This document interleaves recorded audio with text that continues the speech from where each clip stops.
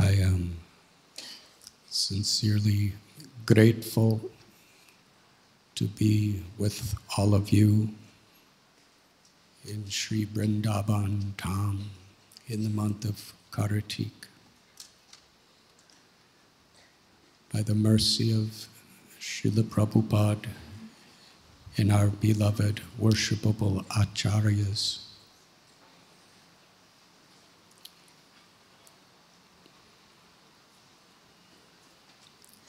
Vrindavan is explained by Srila Prabhupada. It is approximately 90 miles southeast of Delhi.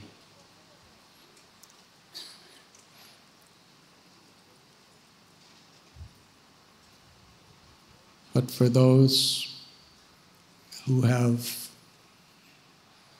been blessed with Shri Radharani, Shri Krishna's grace, understand that this Vrindavan, Bhoma Vrindavan, in this world is identical to Goloka, the Vrindavan in this spiritual world. Eternally existing, resplendent with the highest, sweetest exchanges of divine love. Krishna descends into this world, and when he comes, he brings his loving associates and brings his own abode to perform his leelas. Paritranaya sadhunam vinashaya chaduskritam dharma samstapanaradaya sambhavami juge juge. Krishna tells in Bhagavad Gita that he comes to this world to annihilate the demons, to protect, give pleasure to his devotees, and to reestablish the principles of Dharma.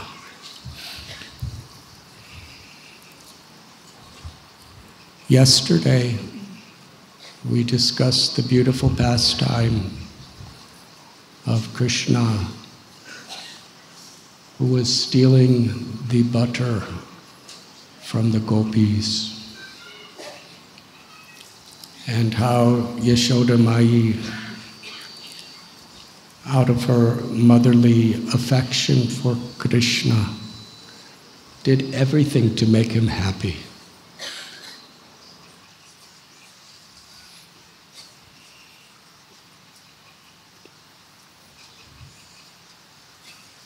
The soul naturally loves Krishna. But being infinitesimal jivas, part and parcel of Krishna,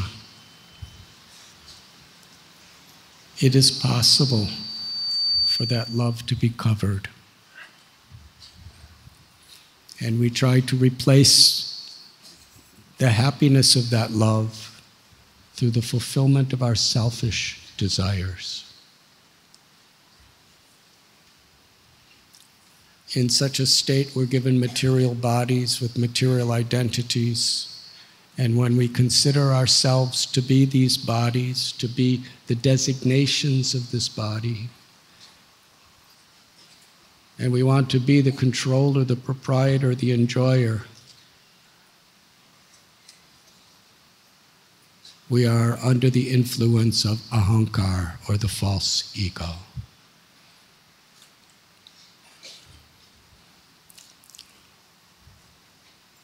Krishna's love for us is never covered. Krishna is the supreme controller of all energies, Mayatyakshena prakriti suyate sacharacharam.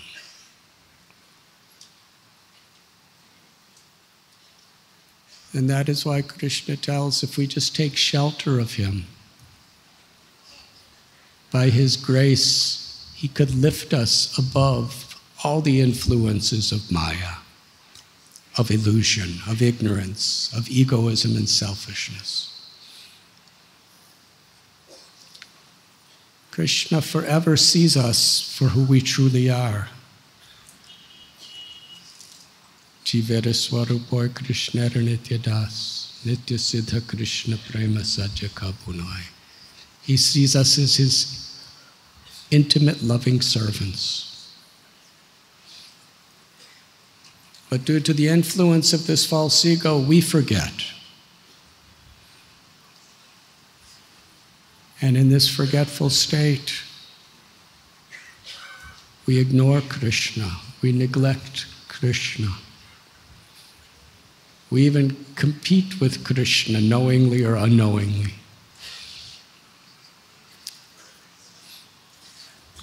And in this world of forgetfulness, there are certain characteristics that perpetuate our bondage, especially envy.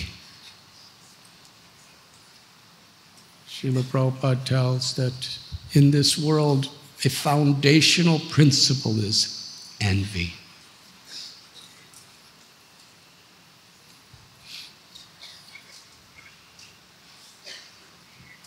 And the lesson of so many of the great scriptures we read show us how terrible that characteristic can be. In Mahabharata, so much of the story is Duryodhana's envy of Yuddhistir and the Pandavas.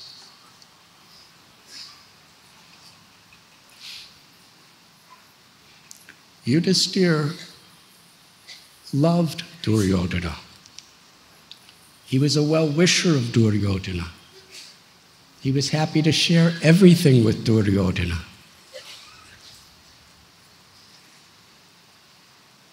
But because Yuddhistir was loved by everyone, and because actually he was the rightful heir to the throne, Duryodhana envied him. And he envied Bhima and Arjuna. And this entire battle of Kurukshetra was so much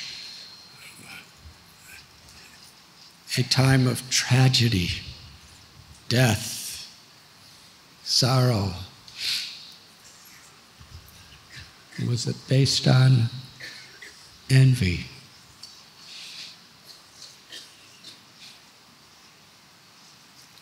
And Krishna, he staged it in such a way that we could see. Do we want to follow Yuddhistir or do we want to follow Duryodhana? We have those tendencies in our hearts. In the Ramayana, Ravana was envious of Ram. He couldn't tolerate Sita, something that he wanted, being possessed by someone else. Similar to Duryodhana, he could not tolerate the kingdom that he wanted, potentially being possessed by someone else.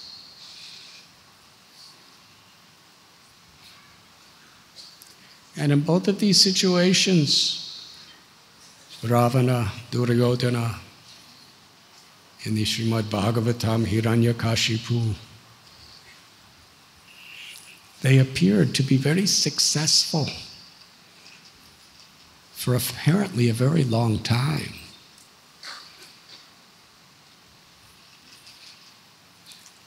But that does not make does not make them right. Who is victorious in a worldly sense does not make them right. In due course of time, everything and everyone is annihilated except the eternal soul.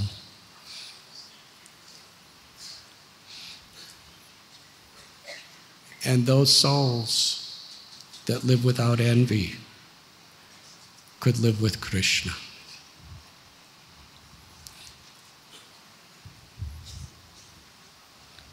In fact, Krishna tells in Bhagavad Gita, Arjuna, you can understand the teachings because you have no envy and because you are my friend. And similarly, Sukadeva Goswami tells Parikshit, you could understand these teachings because you don't have envy.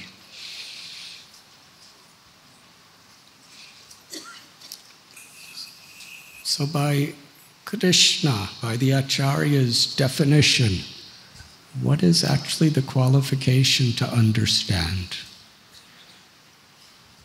It's not just some karmic intellectual capacity to memorize or to speak. It's to be without envy. To be eager to hear, eager to chant, eager to serve. But we can't really have that eagerness to please Krishna if we're envious.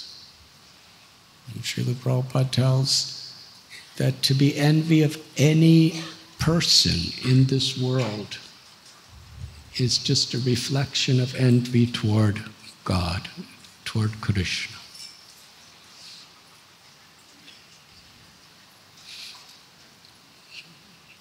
And ahankar, false ego, and envy are very connected to each other.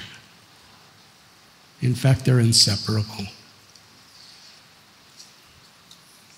So we heard yesterday such a sweet story of little baby Krishna. He's just started to walk not long before. And he's running around stealing butter from gopis. And gopis are complaining against him. And they're only complaining as an excuse to chant his pastimes, to chant his glories, to remember him. It was a way of absorbing themselves in kirtan. Complain kirtan. There's Nam kirtan, Lila kirtan. This is Lila kirtan in a mood of complaining, but it's with pure love. Actually, all they want to do is give Krishna everything.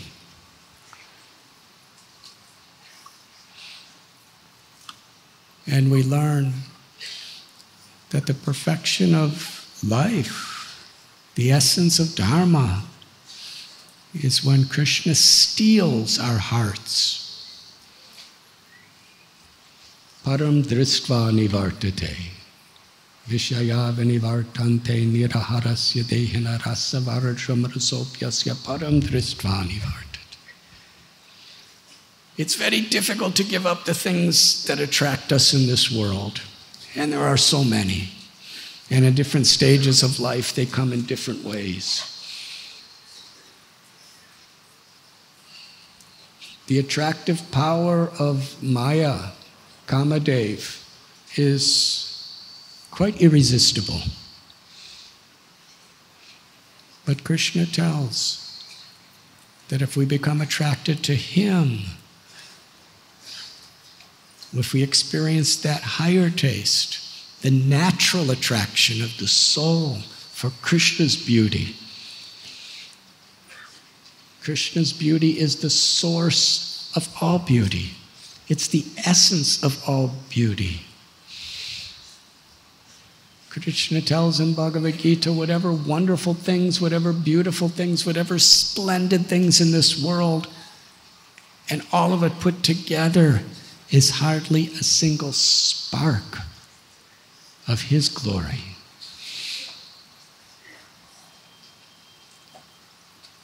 We see the sun.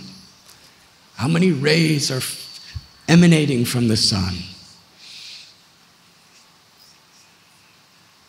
All the beauty, all the glory, all the wealth, all the fame, all the pleasures of this world are not even a fraction of a single ray of the Son of Krishna. That is why Sri Rupa Goswami warns.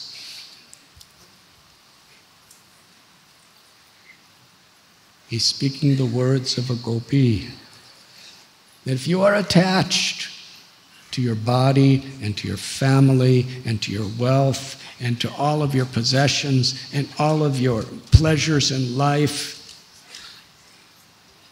do not go to Keshigatan bank of Yamuna, because there Govinda is standing playing upon his flute.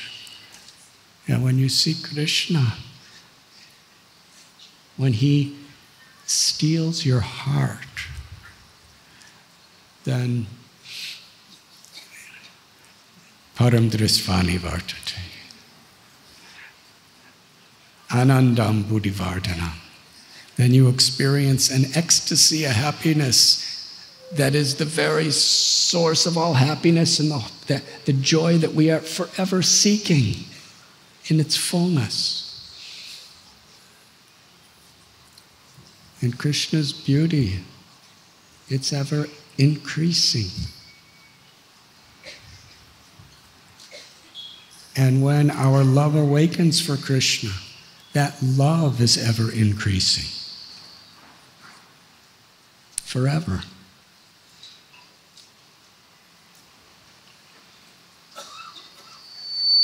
So Krishna sees that potential in all of us. And that is why He descends into this world again and again and again, to give us the opportunity. He does not interfere with our independence, because love is based on free will. But He performs such beautiful pastimes, He gives such clear teachings, and He speaks principles of Dharma in all religions throughout the world, throughout history. And He gives us the all-inclusive encyclopedia of spiritual wisdom, the Vedas. And His own literary incarnation, Vyasadeva, compiles it. And then He appears in so many wonderful incarnations, according to time, according to place, according to circumstance, eternal forms that descend from the spiritual world to help us in this world and to attract our hearts. And as Govinda, He descends once in a day of Brahma to perform His pastimes of Vrindavan and brings Vrindavan with Him. And from a external perspective, He's here for some years, and then He goes to Mathura, to Dwaraka, and then back to Goloka, the spiritual world. But actually, He never leaves Vrindavan. Vrindavan is eternal abode within this world. It's never destroyed. And Krishna's Lila is forever being enacted here, but it's only revealed to those who Krishna chooses to reveal it to.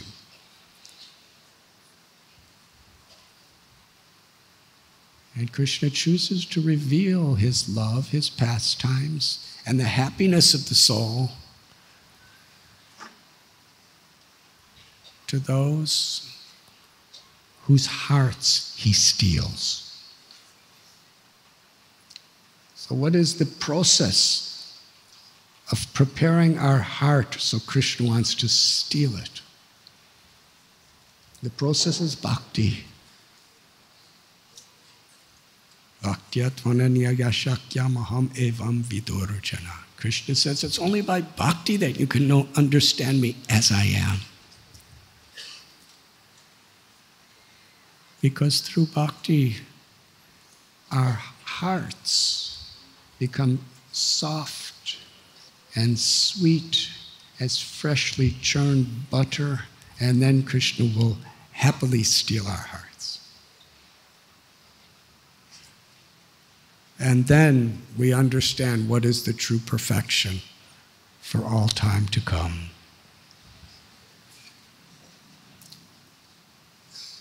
So Krishna was stealing gopis' butter. Actually, he was stealing their hearts, but in such a playful, wonderful way. Not only was it so blissful for the gopis, but anyone who hears these stories with faith and with devotion from proper sources, gradually our hearts become soft and Krishna steals. At the same time as this sweet story of how Yashoda Mai is binding Krishna with the rope of her love. Krishna showing the world how he's controlled by the love of his devotee.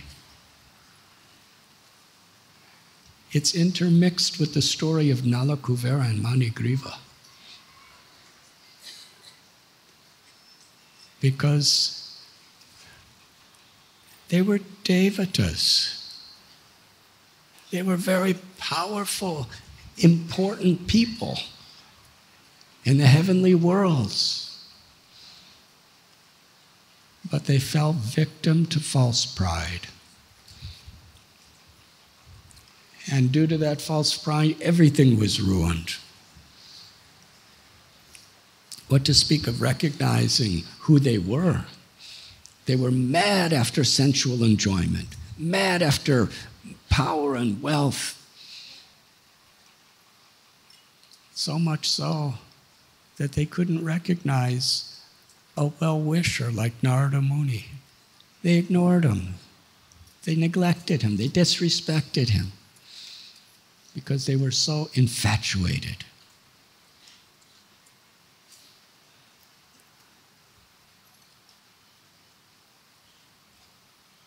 But Krishna liberated them from that.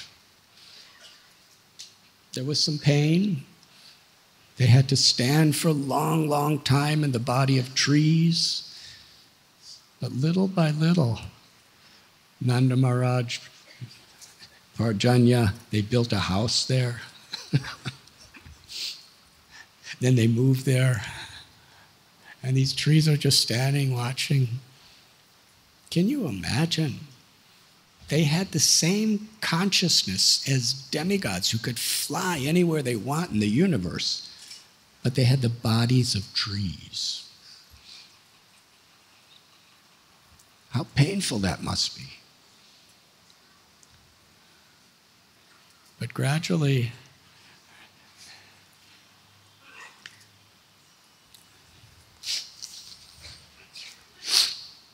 Krishna stole their hearts. So today we are celebrating Govardhan Puja, which in a similar way, it's a lila that simultaneously combines the sweet nectar of the loving rasas of Krishna with his devotees, and how Krishna is controlled by the love of his devotees, and the devotees are controlled by the love of Krishna, and how intimate Vrindavan is in that love, supremely intimate, along with the crushing of the pride of Indra. And just that these very important stories are connected in this way shows us the importance of giving up our false pride. We hear it. We think we know it. Sometimes we're even tired of hearing it.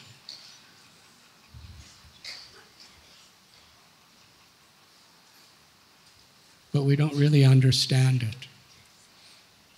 Trinadapi sunichena taror iva sihishnana amani namanatena kirtaniya sada hari. This verse, a prayer of Sri Chaitanya Mahaprabhu to be more humble than a blade of grass, more tolerant, forgiving, patient than a tree,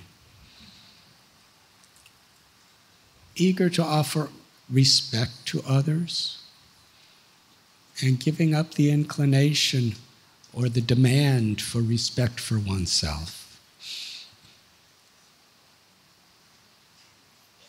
When we take these qualities serious and cultivate them, and pray to Krishna with all our hearts to help us to imbibe these qualities, Kirtaniya Sada Hari, then Krishna steals our hearts. And when Krishna steals our hearts, Nama Chintamani Krishna's Chaitanya Ras Vigraha. Krishna is not different than his name. Nam Nama Kari Bahuta Nija Sarva Shaktish. All of his power, all of his sweetness, all of his beauty are within his name.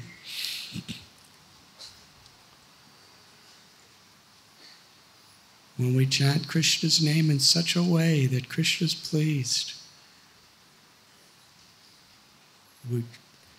Rupa Goswami, he explains what he is thinking when he's chanting the holy name. Haridas Thakur has given us that these two syllables, Krishna, when I chant them, I desire many, many tongues. And when those two syllables enter my ears, I desire millions and millions, countless millions of ears. And when it enters my heart, I'm conquered.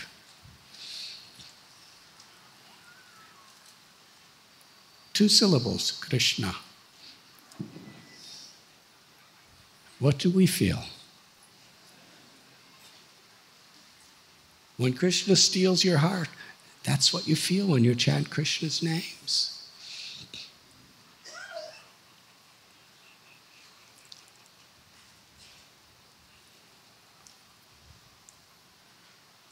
So let us briefly explore this wonderful pastime that we're celebrating today. Govardhan Puja.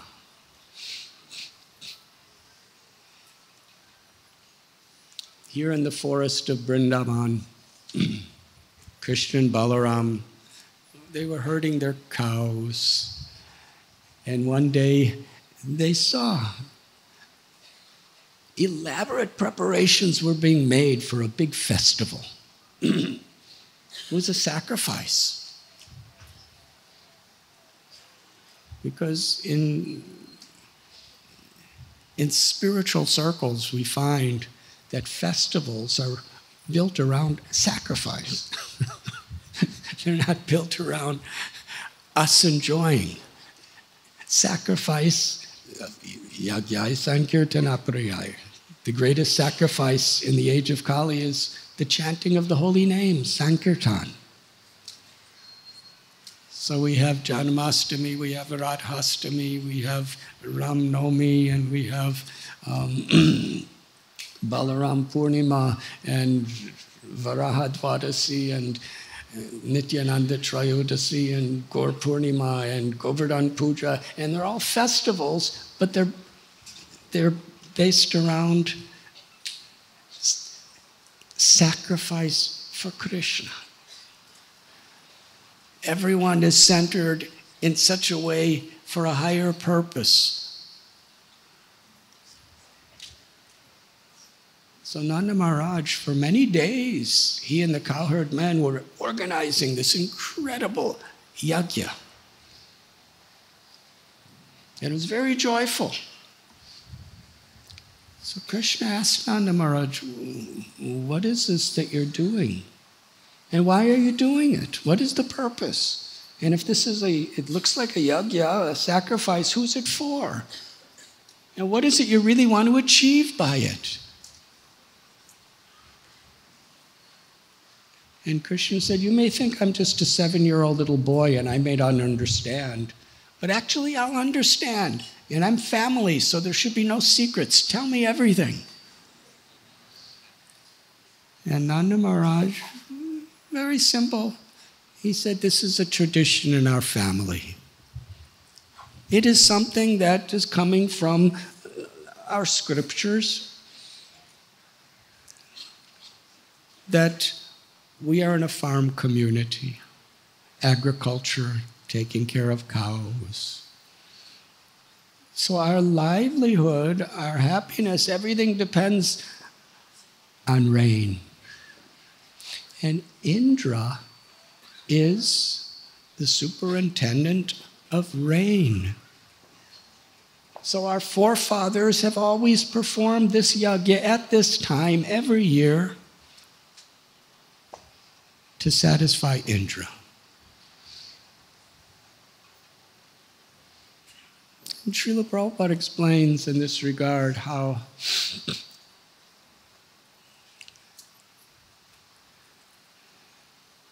it's a form of karmakanda or religion to understand there's higher powers beyond our own and to humble ourselves before those higher powers and offer our gratitude.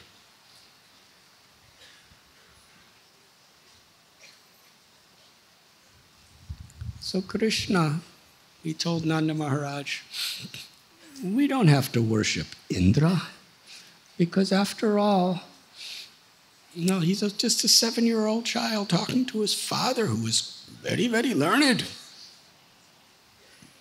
He said, everything happens according to karma. If I do good things, I will get good things. If I do bad things, I will get bad things. In due course of time, everything comes back to us. A person is in a particular type of life with a particular destiny because of the previous activities that person has done. So everything is happening by karma. You know this, I know this, we all know this. So Indra and all of these demigods, they are simply delivering what we have earned through our karma. They have no independence to give us anything different. So if we're doing very nice and we're worshiping the Brahmins and we're taking care of cows, then we have good karma, so Indra has to give us rain. But actually, who are we really dependent on? We're dependent on the blessings and the knowledge that's given to us by the Brahmins. We're depending on the blessings and the grace of the cows who's giving us milk. And we're depending on Govardhan Hill, who's giving fresh grasses to the cows and wonderful sweet waters to the cows and to all of us. So with the same paraphernalia that we are about to worship Indra, we should use all of it to worship the Brahmins, the cows, and Govardhan Hill. Now ultimately, Nanda Maharaj and the Brijabasis, they only wanted to make Krishna happy. Sarva dharman parityasya mamekam sharanam braja aham tvam sarva papebhyo mokshayisha mimasuja. Krishna tells in Bhagavad Gita, abandon all varieties of religion and dharma and all of these faiths and just surrender to me. I shall deliver you from all reactions, do not fear. And Srimad Bhagavatam begins from that place, where Bhagavad Gita concludes, the Srimad Bhagavatam begins with this complete surrender to Krishna. Dharma projita kaitavatra.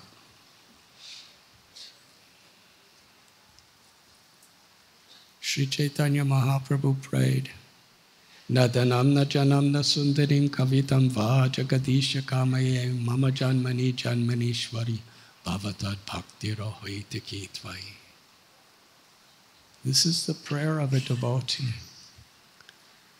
I do not want wealth. I do not want the opposite sex and the pleasures of the senses. I do not want fame. I do not want scholarship. I do not want followers. I do not want mystic perfections. I don't even want to be liberated from suffering.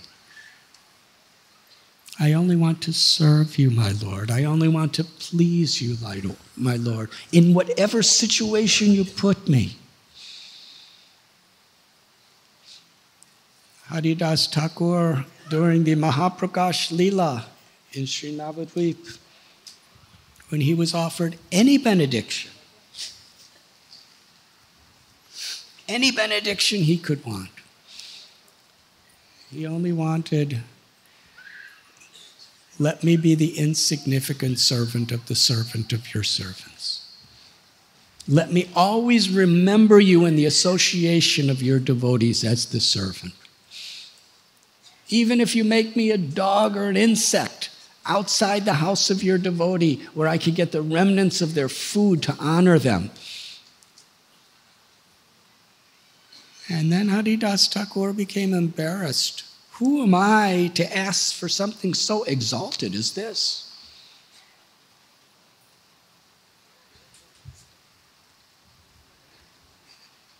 To the degree we start emulating and valuing what Haridas Thakur is asking for is how we actually become true Vaishnavas.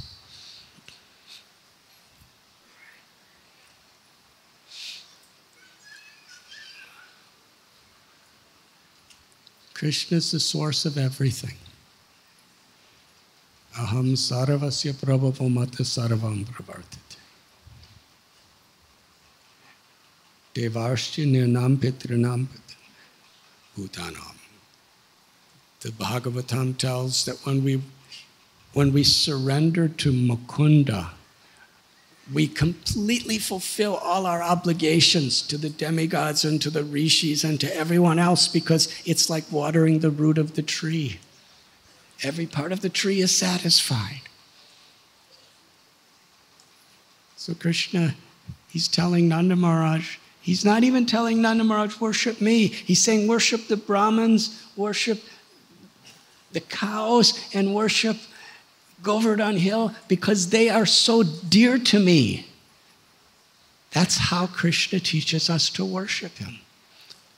To worship that which is most dear to him. So ultimately, the Brijabasis, they just wanted to make Krishna happy.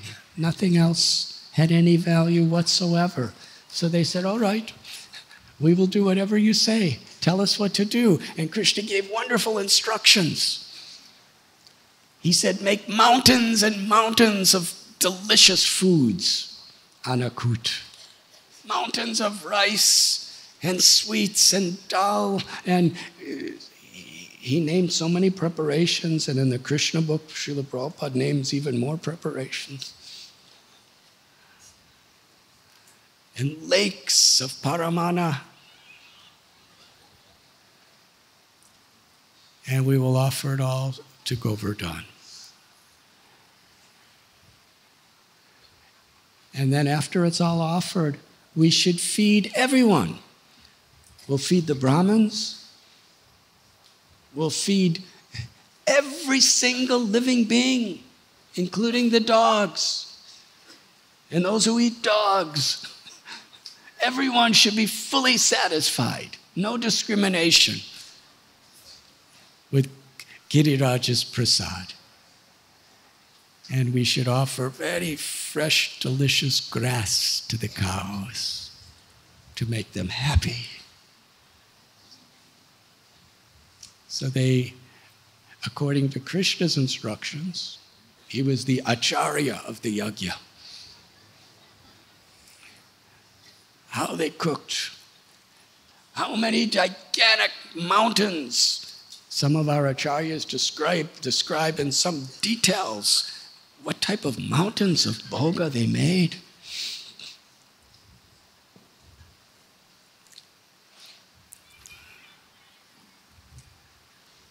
And they offered it all to Shri Giriraj Govardhan, a mountain. And they pleased the cows with fresh grasses. And they pleased the Brahmins. And after all of this was done, they circumambulated parikrama of Govardhan Hill. And it was so joyful. As they were doing the parikrama, they were dancing, they were singing. Krishna was so happy, everyone was so happy. It was the most beautiful festival. Everyone was just so, it was millions of times more blissful than the Indra puja ever was. It was sheer ecstasy. Can you imagine Krishna and Balaram are playing with the cowherd boys, running around Govardhan Hill and dancing and joking, and the gopis are a little distance just gazing upon him, and Nanda and Yashoda, they're with the cowherd men and the gopas, and all the way around Govardhan Hill. Such a festival. And when it was done, then something extraordinary happened. Krishna manifested himself as Govardhan Hill. He was a little cowherd boy standing with the Brijbasis, and he expanded himself to a gigantic form that was standing on top of Govardhan Hill and was as big as Govardhan Hill itself.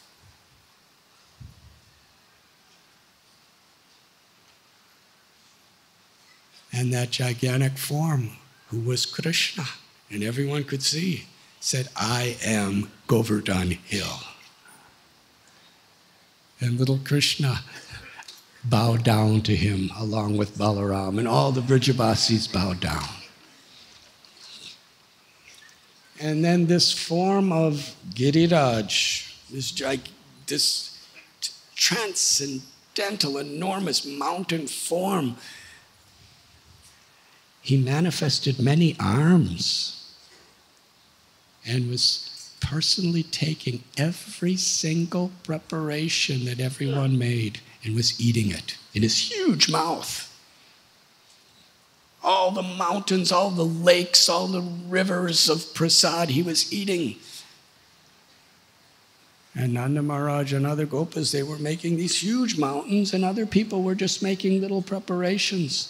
And wherever there was a preparation, even as far as Nandagram, his hands were going and taking that preparation and putting it in his mouth. And even some people, they were just meditating and meditation on making a preparation. And for Krishna, he accepts our bhakti.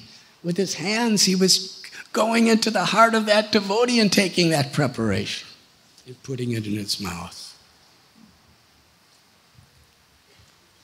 Bhavagrahi. He's always seeking the love of his devotee.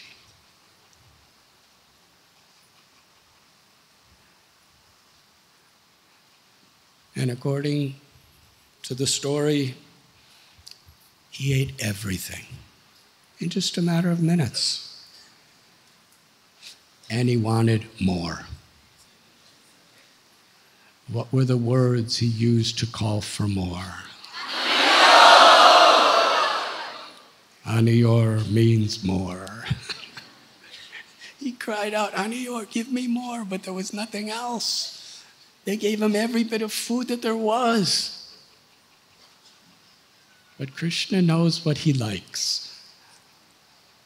So by Krishna's direction, just by offering a tulsi leaf with pure devotion, he was satisfied.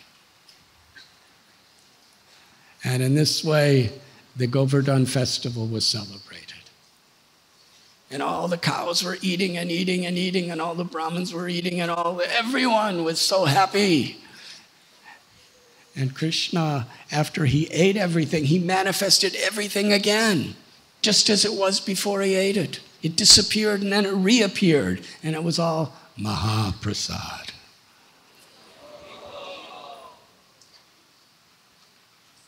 Everyone was totally ecstatic, except Indra.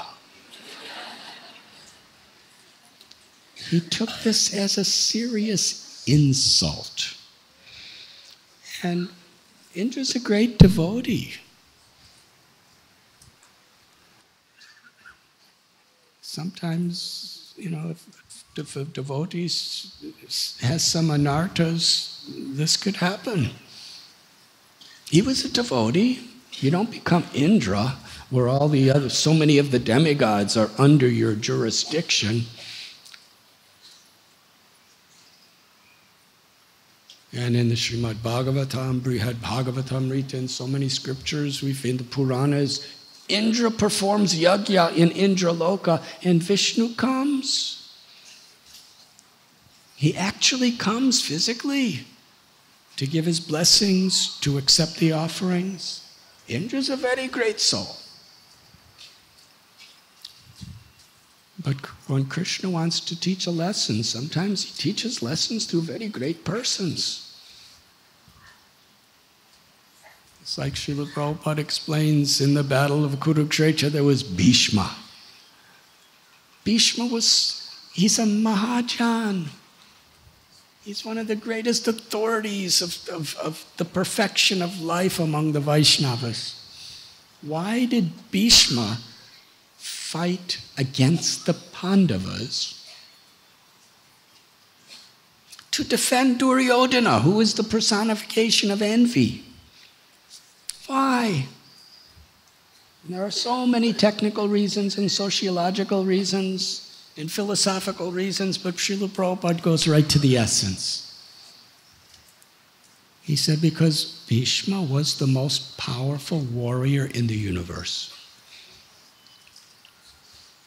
And Krishna wanted to show even someone as powerful as him will eventually be defeated if he takes a side against God.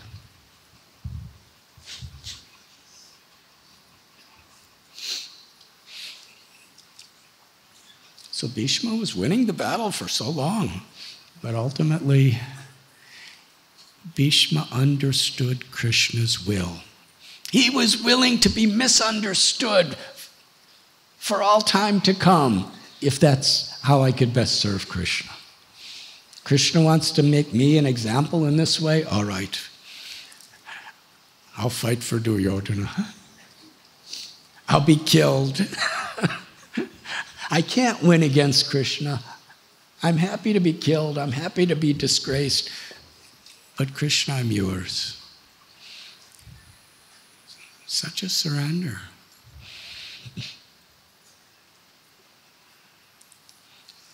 So Indra, he's not a Mahajan. He's a devotee, but he's a karma mishra bhakta. He has so many material desires.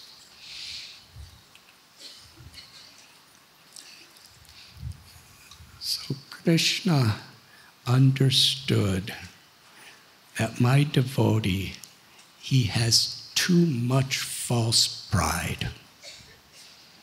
This Indra, he has so much wealth, he has so much beauty all around him, he has so much power, so much fame. He's fallen into the trap of false pride. And where there's false pride, it spoils our devotion. So Krishna was thinking, I must crush that pride.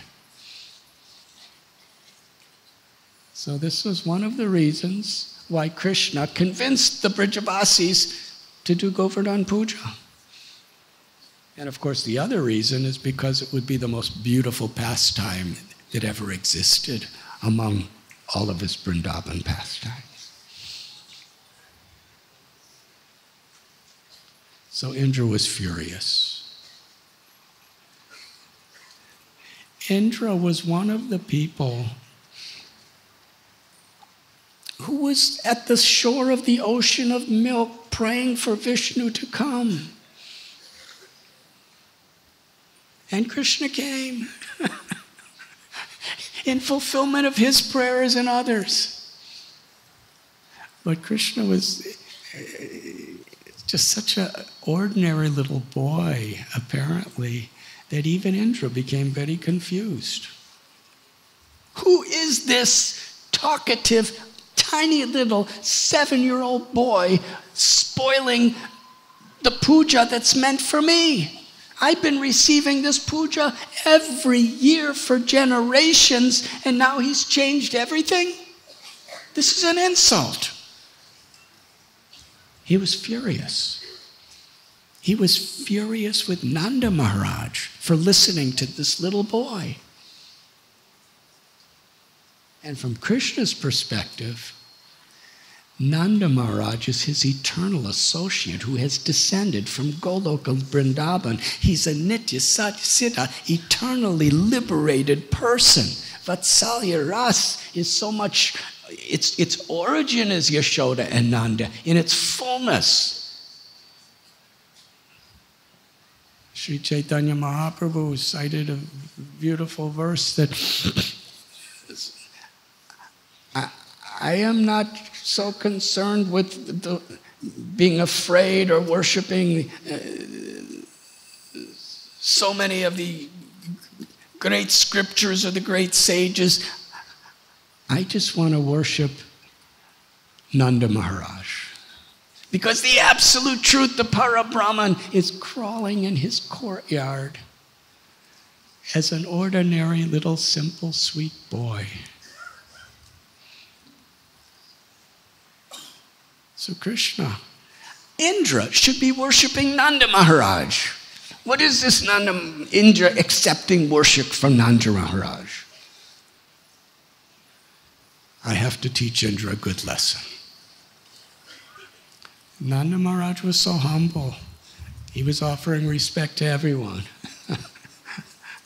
That's the way great Vaishnavas are. So Indra totally lost his intelligence. He considered Krishna, who is his worshipable Lord, as nothing but a little child, mixed up and ignorant. And when you have great power, the tendency is to use it. Indra didn't just come down and chastise Krishna. Indra called for the Samvartaka clouds. These are the clouds that destroy the universe at certain intervals of destruction. They flood the earth. And he called those clouds and told them to go to Vrindavan and totally devastate.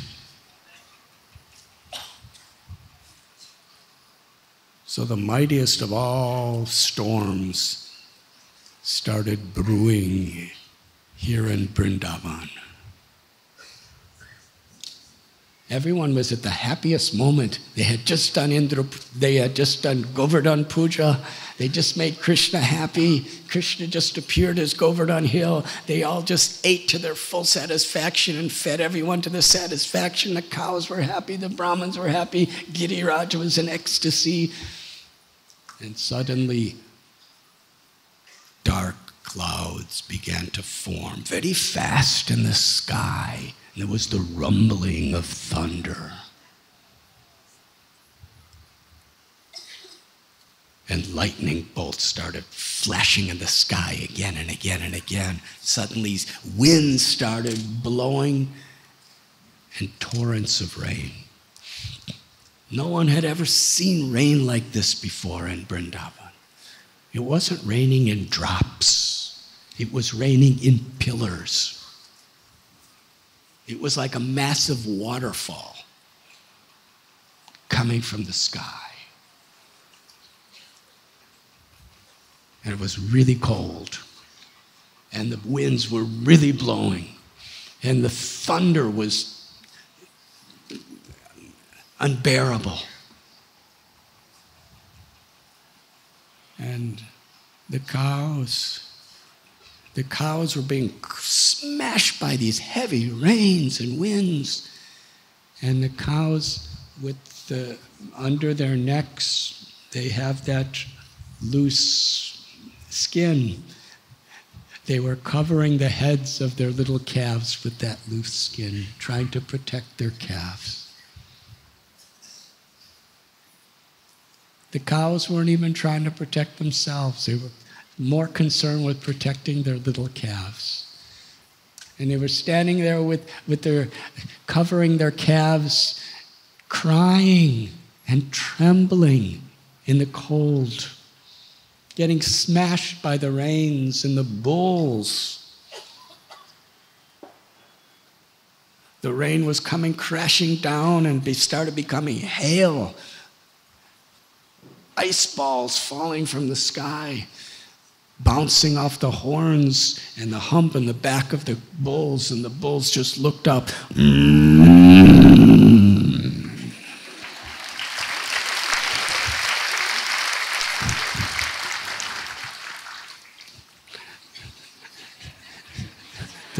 They're doing it back there.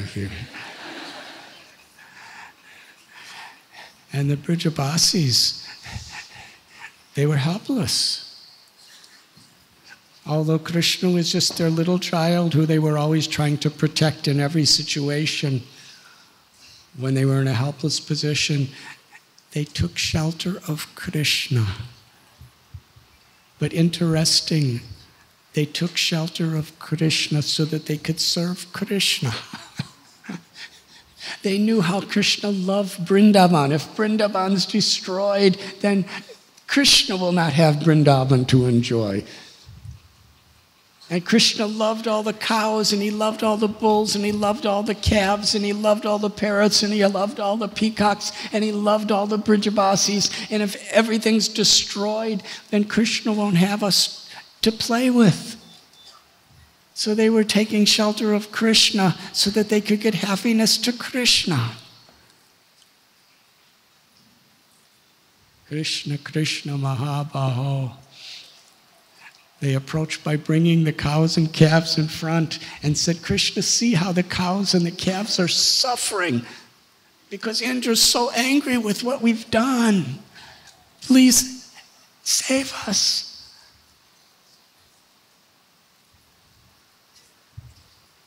And Krishna smiled. And he was thinking in his mind, now I will teach Indra a good lesson. Indra's pride.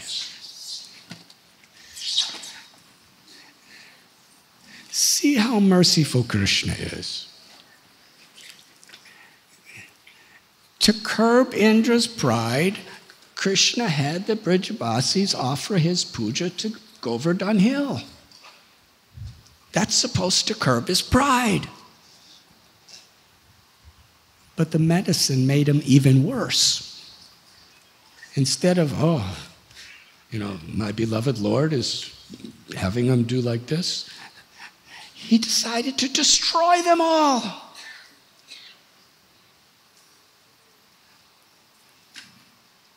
So Krishna, he said, Govardhan Hill was so pleased with our offerings for him that he will surely protect us.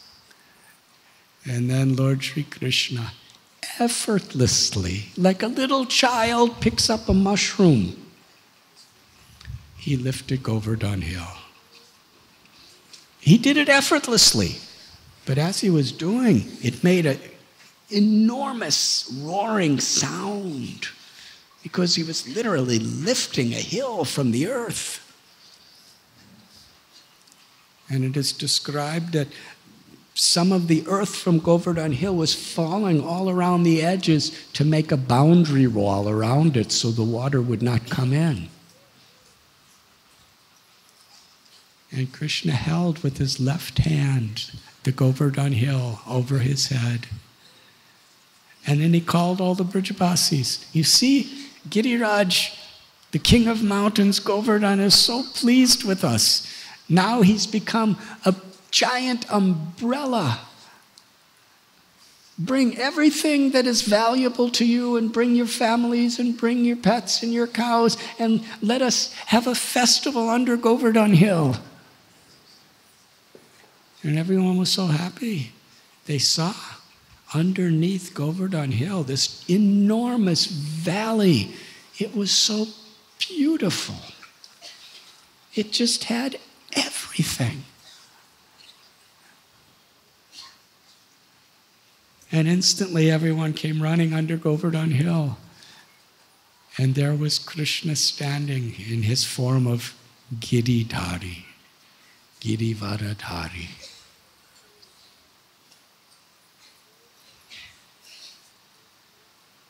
And everyone gazed upon Krishna. And Krishna gazed upon everyone. In fact, every animal, every gopa, every gopi, everyone that was under the hill, they could feel that Krishna's only looking at me.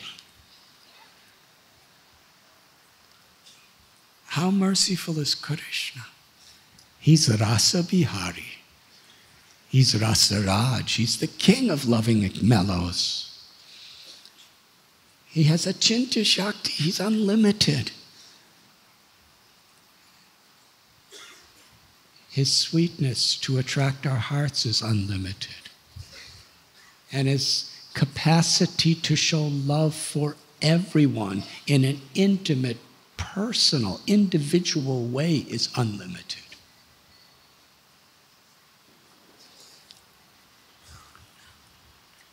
Nanda Maharaj had 900,000 cows, and all those cows were there.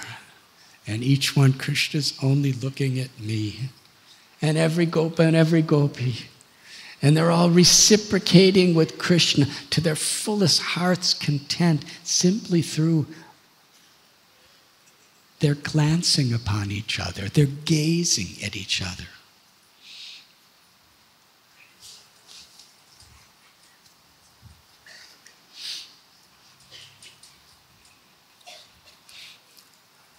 All the Brahmins of Brajabhumi, they all came to bless Krishna. Wherever they were standing, they were showering blessings upon Krishna, as if Krishna was depending on their blessings. And they were feeling that way because that's the way Krishna wanted them to feel.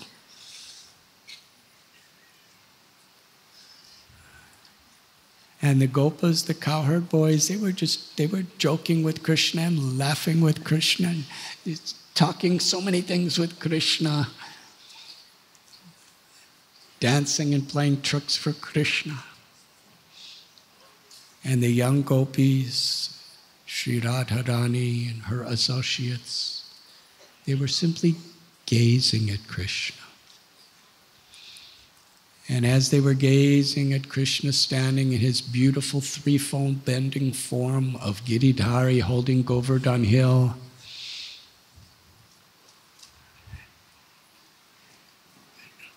Krishna, his love, his heart entered through his eyes into their eyes, into the core of their heart. And there they were embracing in the most intimate and sweet, loving way. Meanwhile, Yashoda Mai, her love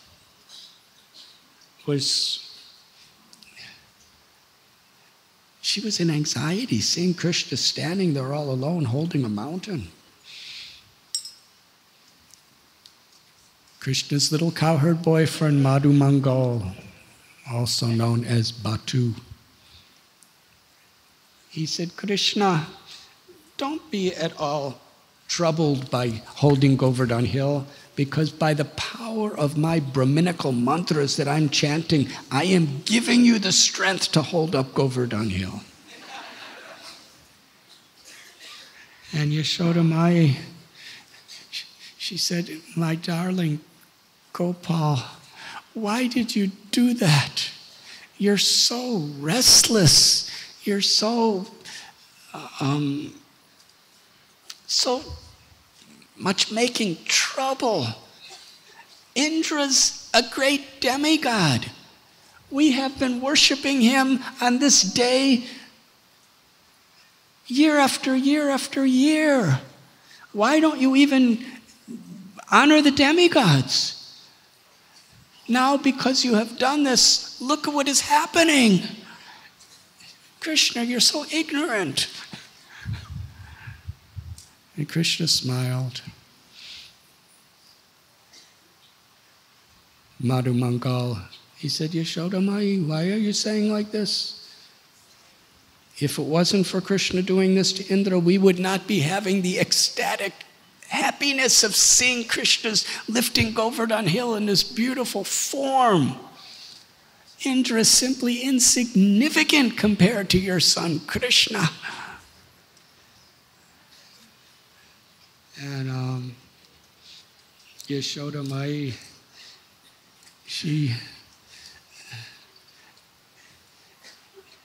saying that my Gopal's hand is so soft like butter, and Govardhan Hill is so hard and so heavy. How could he be holding it for so long without feeling pain? And she prayed that Giriraj Govardhan, if ever I have done anything that has given you pleasure, I pray for only one benediction. That while you're resting on the hand of my child, that you feel very soft and light like cotton. And Krishna told Yashoda Mai, he said, Mother, why are you worried? I'm just playing lifting Govardhan Hill. It's fun, really. Because Govardhan was pleased with us, he's floating on my hand. I'm not making any efforts. And Mother said, how could this big, hard mountain be so light? If what you're saying is true, then let me see Govardhan rise above your finger and float in the sky on its own. In this way, Mother Yashoda, she was massaging Krishna's arm, kissing his hand. Throughout those days, she was trying to give him food. And Krishna, with the little finger of his left hand, was holding Govardhan Hill. And this was very special.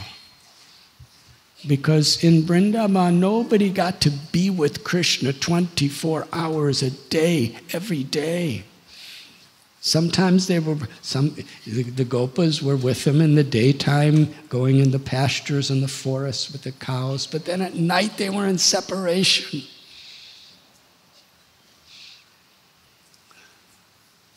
And the gopis, during the day, when they wouldn't be seeing Krishna, they would be in separation, and the elderly gopas as well. But now, during the Govardhan Lila, everyone is gathered around Krishna.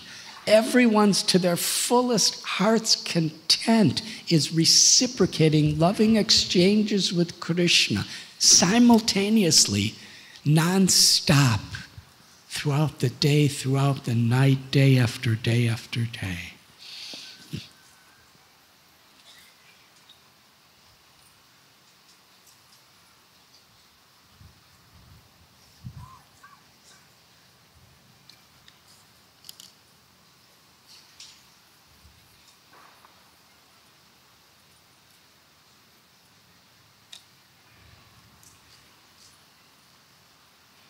Krishna. While holding Govardhan Hill with his left hand, with his right hand, he took his flute and put it to his lips, played his flute. And as he was playing his flute, such beautiful music, and each devotee, Krishna's playing his flute just for them.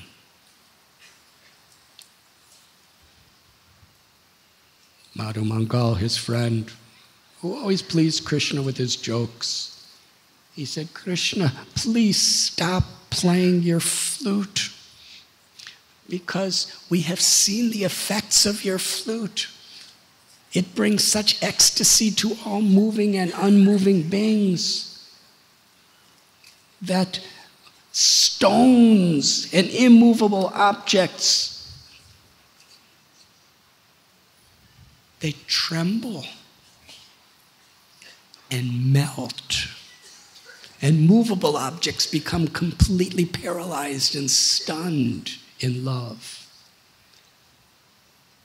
So you're playing your flute so sweetly, Giriraj might go into ecstasy and fall off your finger, or worse than that, he might melt, and then he will be the cause of our destruction.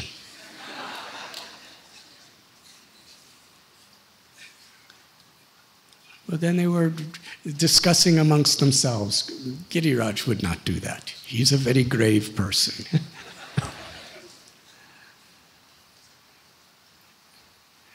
In this way, Krishna, playing his flute, standing under Govardhan Hill, most supremely beautiful sight, such a darshan.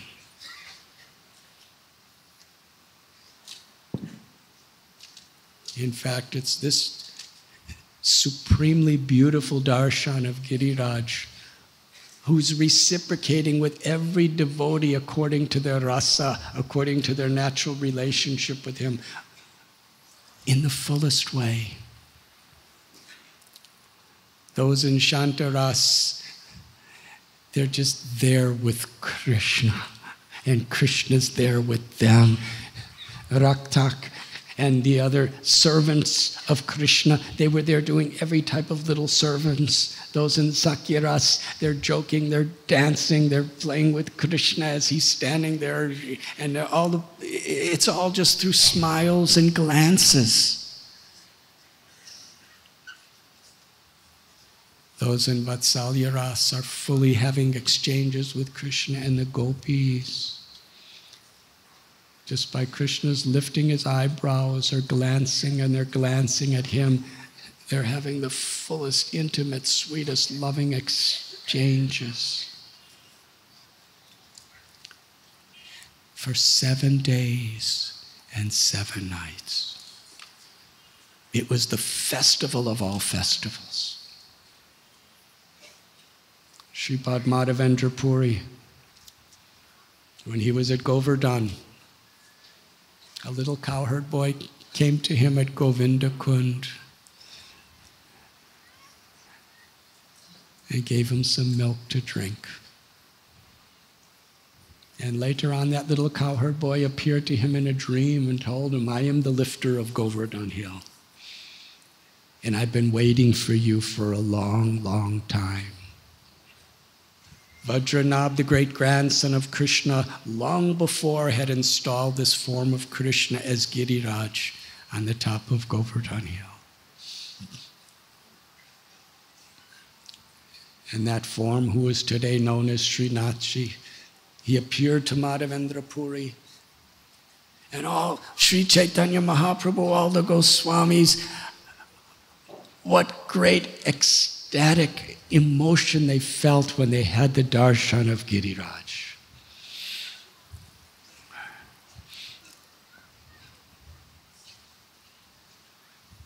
Krishna standing in his threefold bending Giridhar form completely made a festival of love. Outside, the samvartak of clouds were crashing rain and crashing thunder. There were cyclones, hurricanes, tornadoes. typhoons. There was massive hail, massive rain like nobody has ever seen. Such a storm. And the lightning. There was continuous, massive lightning bolts crashing against Govardhan Hill.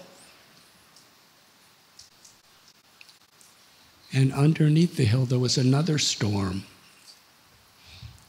There was a blue cloud in the form of Krishna, Shamsundar.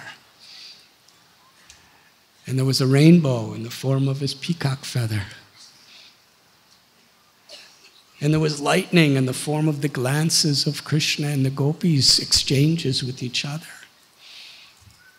And there was a massive rainstorm in the form of the love that Krishna was completely inundating every Brijavasi's heart with.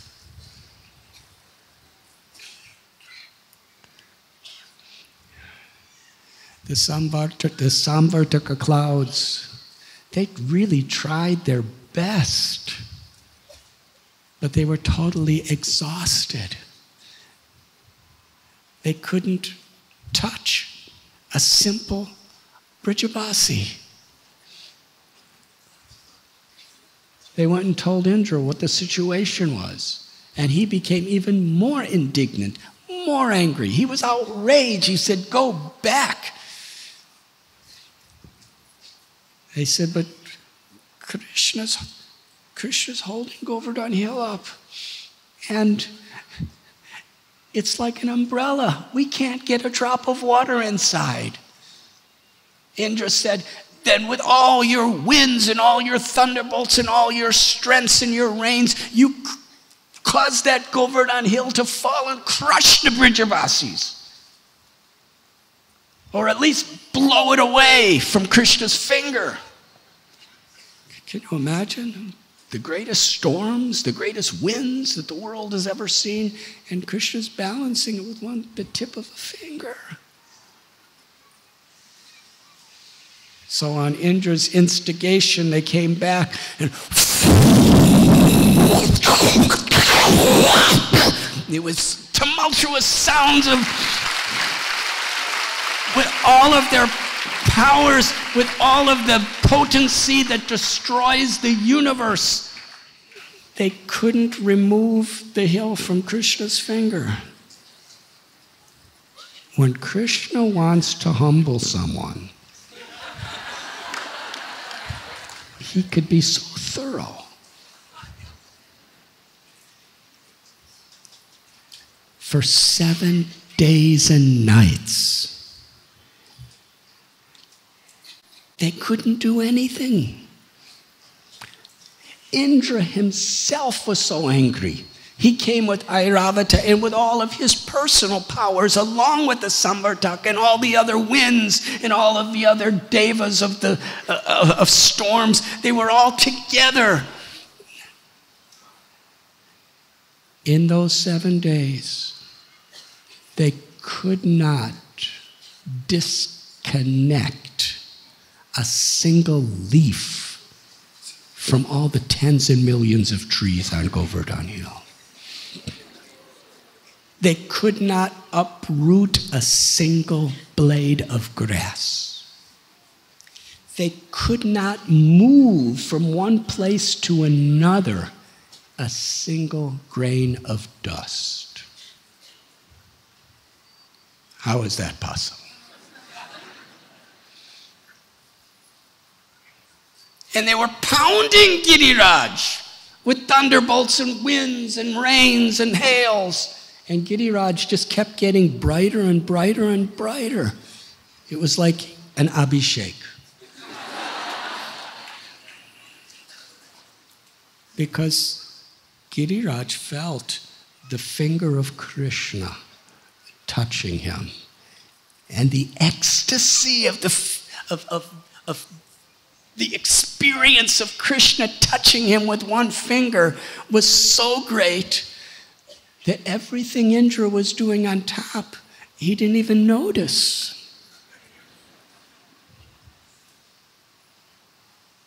Krishna was revealing such beauty and such love, and he was touching him. Govardhan was totally in ecstasy, and even the animals that were on the top of the hill that didn't come under, they were not the slightest bit disturbed by all the storms. Because Krishna was touching Govardhan Hill.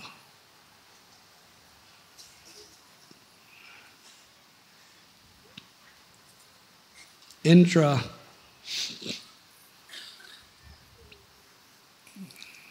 just kept trying. And meanwhile, Krishna's standing and he's smiling. And Yashodamai keeps massaging his arm and trying to give him nice food in his mouth. And after he finishes, he plays his flute again. Everything is so sweet under the hill. And at one time, Kavi Karnapur describes Shri Radharani glanced upon Krishna in a certain way that Krishna went into such a state of ecstasy that he trembled. And when he trembled, Govardhan Hill started trembling. And the elderly cowherd men, they were very much afraid. Krishna must be getting tired. So they all got their cowherd sticks, and thousands of cowherd men started putting the sticks under Govardhan Hill and pushing as hard as they can, thinking that they are holding up Govardhan Hill. And Madhu Mangal, he said, "What are you foolish people, you cowherd men, don't you know that Krishna doesn't need your help? My friend Krishna is the brother of Balaram. He does not need anyone's help. The only reason everything's trembling is like this is because Srimati Radharani glanced upon him in such a way that it was like a shower of nectar." And Krishna told Madhu Mangal, "Why are you disturbing them? It is their fatherly affection to me that they're trying to help me. This is the way they're showing love. Don't interfere. Let them think that they're holding up the hill." But then Krishna, as he was holding, and they had their sticks, Krishna just tilted a little and tilted the hill a little tiny bit, and they all fell down, and then he put it back up. Such a lila. The cows and the calves gazing upon Krishna. Nobody ever wanted the rain to stop.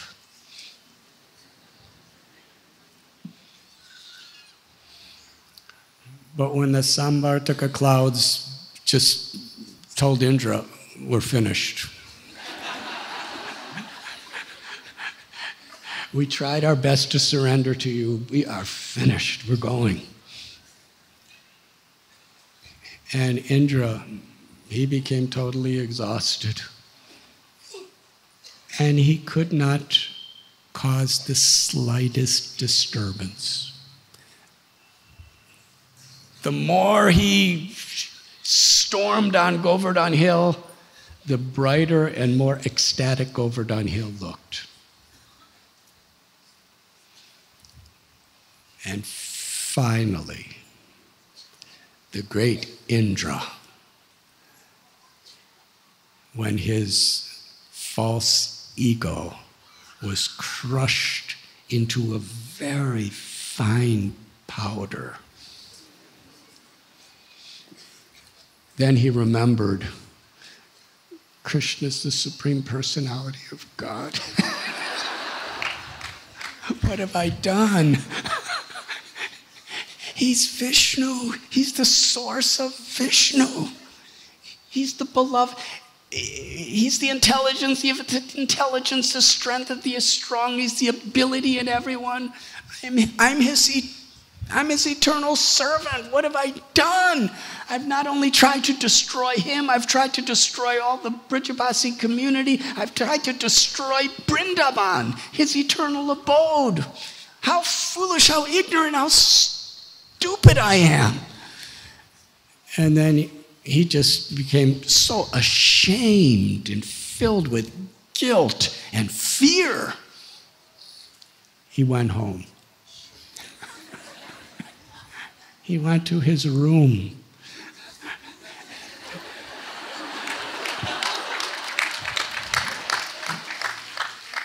In depression.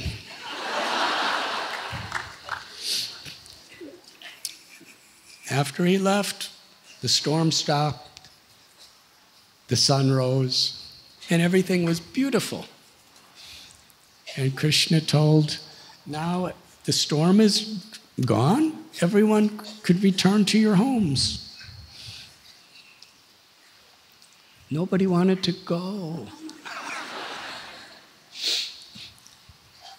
But it was Krishna's will that they go.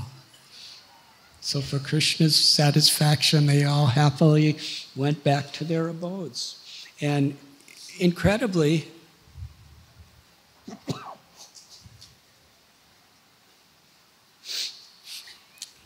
everything around Govardhan Hill was being deluged by storms. It was only under Govardhan Hill, nothing. And Krishna had his Sudarshan chakra, was doing seva by drying up the whole area right around the parikrama of Govardhan. But when everyone went home, all their houses were just like before. By Krishna's grace. And all the cowherd boys were laughing, and then they were dancing. And they brought the cows. But then the cows, as they just left under the umbrella of Govardhan, they looked back at Krishna standing in his Giridhari darshan, and they came running back. They just could not give up his association. For those 7 days and 7 nights, Krishna's fragrance, Krishna's smiles, Krishna's glances, Krishna's humor, Krishna's flute, he completely, totally, absolutely flooded every Brijabasi's heart with his love.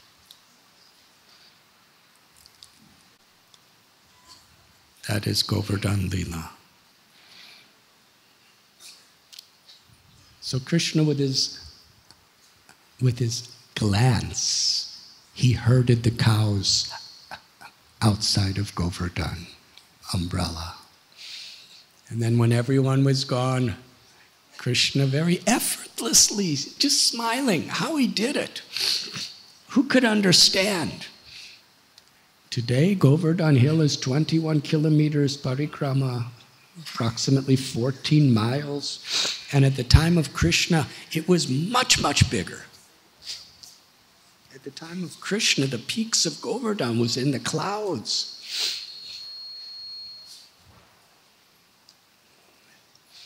So Krishna, very playfully, he just put Govardhan Hill back on the ground just exactly the way it was before. And when he came out from there,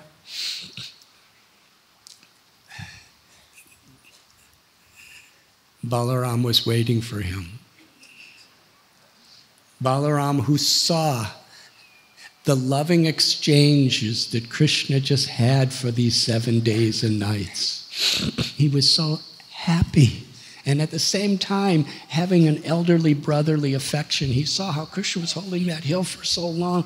Balaram was weeping tears of love and embraced Krishna. And Krishna embraced Balaram. And Yashoda Mai Again, she started massaging Krishna's arm and kissing his hand, trying to make it feel better. Rohini was offering artis to Krishna. Nanda Maharaj was blessing Krishna. All the Brahmins were coming and doing special mantras for Krishna's protection.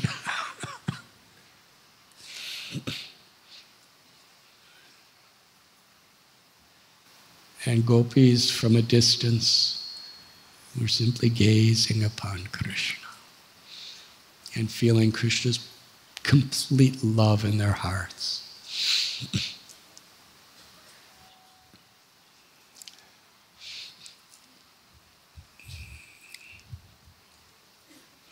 Meanwhile, in Indra's bedroom,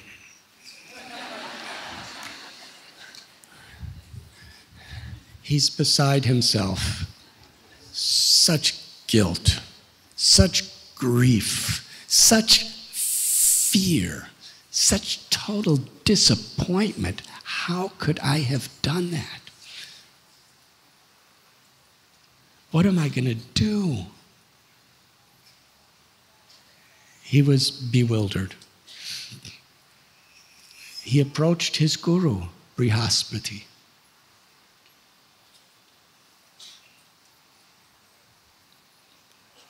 Brihaspati, as Krishna's representative, his guru, when he saw Indra, Indra needed some solace. He needed some comforting. He needed some hope. He was in a totally hopeless state. And the first thing Brihaspati said to Indra is, "You are an ignorant fool." I know I'm an ignorant fool. What am I supposed to do? Brihaspati said, Krishna is the source of Vishnu. He's the Lord of all the demigods. He's your eternal Father. He's the master of all living beings. Vrindavan is his eternal, most beloved abode. And you spent all this time with all of your energy and powers trying to destroy it? You are a fool. Indra said, well, you're my guru, so please help me. Brihaspati said, you should go to Lord Brahma. This is beyond me. So he went to Brahma. Indra's not an ordinary person. He went to Brahmaloka. And he bows down before Brahma in total desperation. With all of his 1,000 eyes, he's weeping and crying in shame. And said, Brahma, please help me. And Brahma's first words were, Indra, you are an ignorant fool. What have you done? Krishna tells in Gita that when contemplating the objects of the senses, one develops attachment for them, dhyayato vishayan pungsong. And from such attachment, lust arises, and from lust, when it's unfulfilled, anger, kama krota. And from this krota, this anger, one's memory is bewildered, one's intelligence is lost, and then one falls down into this material condition.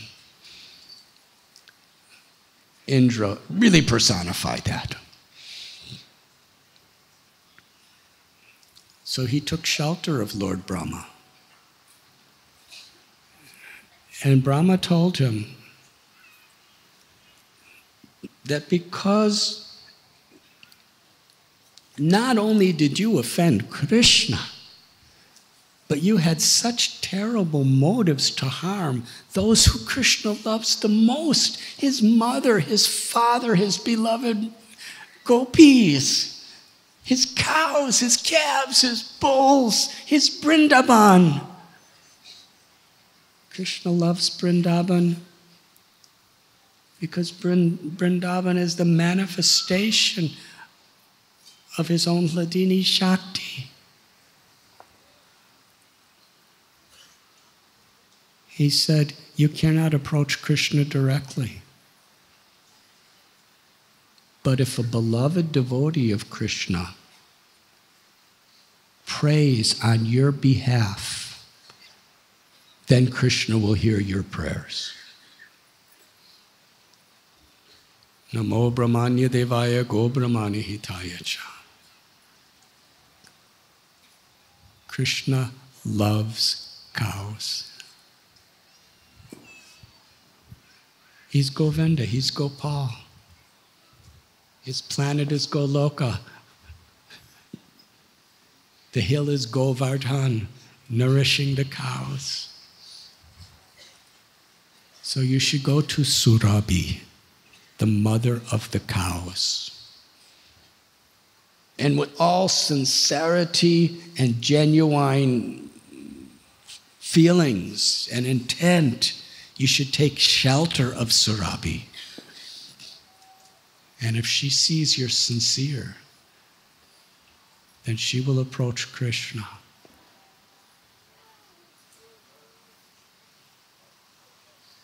So Indra, the king of the Swargaloka, so majestic, he has such incredible palaces, incredible powers, incredible fame.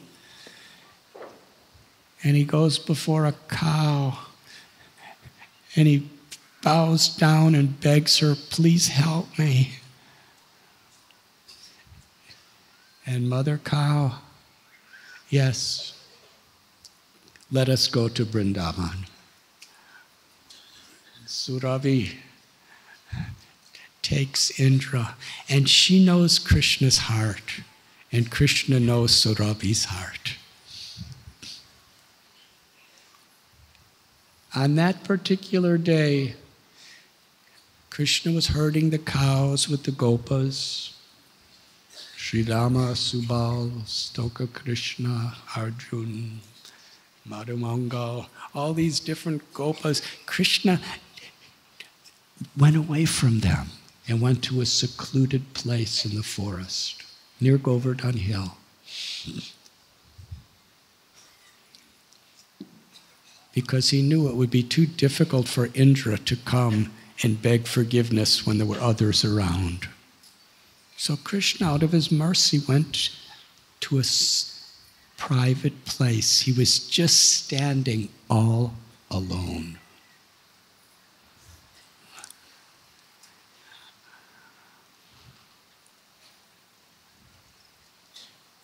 Surabhi took him there.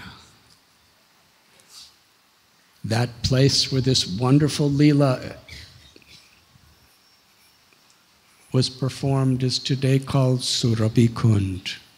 It's part of the Govardhan Parikrama. It was there that Surabhi, she approached Krishna, and he was so happy to see her. And she praised Govinda. Out of your love for all of the cows, you're always giving them pleasure, always giving them protection, always giving them your heart. And I, the mother of the cows, am so forever grateful to you.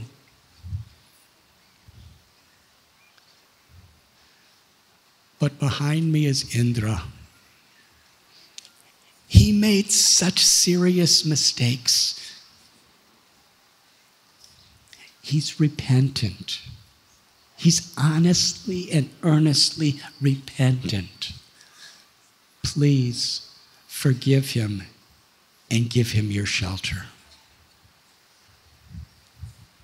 When Surabhi made that appeal, Krishna, he accepted Indra. Indra came, he was very, very timid, very shy. He prostrated himself in the dust of Braj Bhumi at Krishna's lotus feet. And for a long time, he was crying and crying until Krishna lifted him up. And he offered beautiful prayers. And in his prayers, He not only extolled Krishna as being the supreme truth, the cause of everything, and the all-merciful friend of every living being,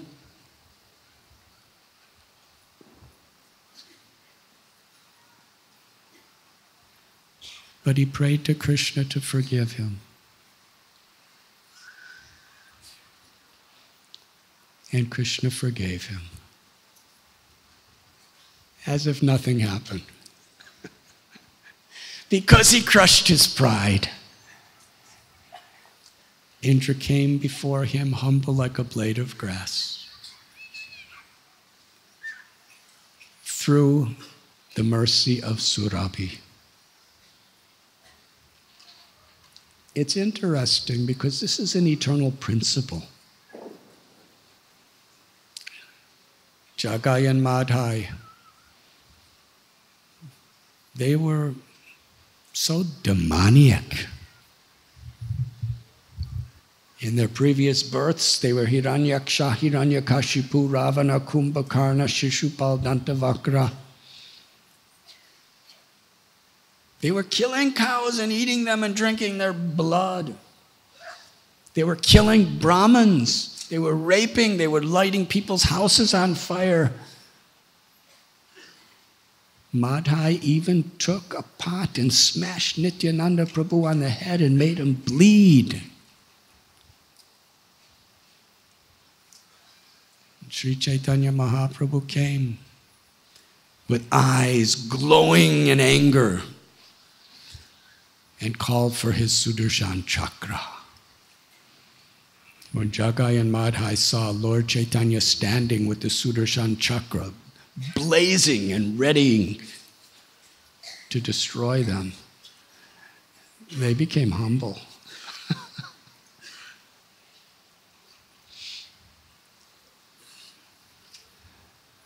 But what could they do? Nityananda Prabhu, the devotee. Nityananda Prabhu prayed to Lord Chaitanya, please be merciful upon them. Parama Karuna Pahundvi Jana Nitai Goda Chandra. We have descended into this world to bestow mercy upon the most fallen persons. Everyone in this age of Kali is more or less like Jagai and Madhai. We have not come to kill the bodies of people. We have come to free them, to liberate them from the demoniac propensities within their minds and give them pure prema, ecstatic love. That's why we came, my Lord.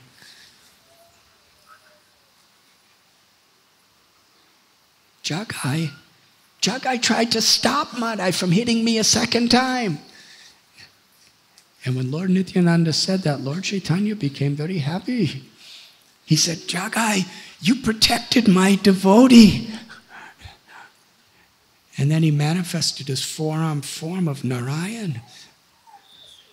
And Jagai fell to the ground unconscious, and Lord Chaitanya put his foot on Jagai's heart.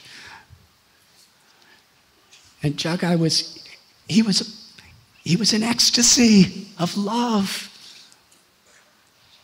And Madhai saw this, and he said to Lord Chaitanya, he said, whatever I've ever done, he's done, and whatever he's done, I've done. So if you're going to give him this ecstatic happiness, give it to me too. And Lord Chaitanya said, no, for you will be destroyed. You have hurt Nityananda.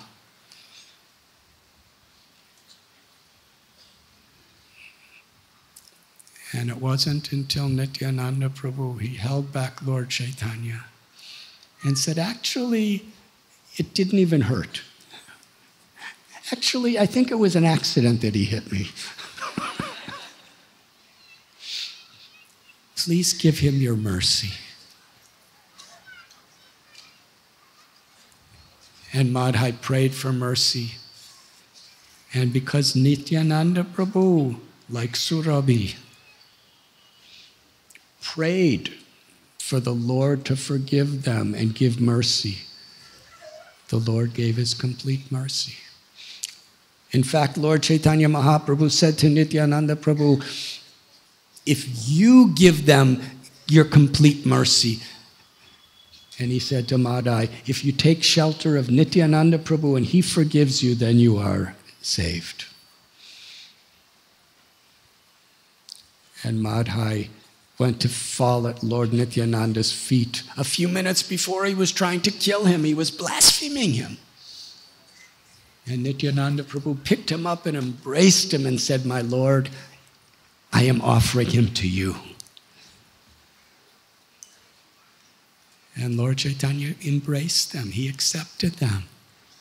He brought them back to Sri Vasangam to have kirtan. And during the kirtan, they were all dancing.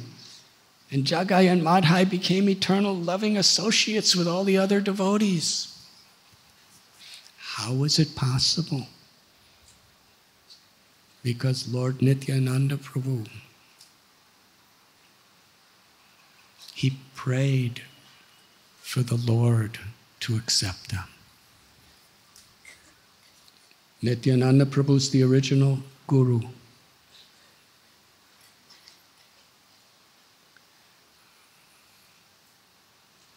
One time, some devotees asked our beloved Guru Maharaj, Srila Prabhupada, what is our qualification to receive Sri Chaitanya Mahaprabhu's mercy? What did Srila Prabhupada come to give us? The essence and the perfection of all religion is love of God. Savai Pungsong paro dharmo yato bhaktir hoksha jaya hoitaki aprati hataya yatma suprasidati.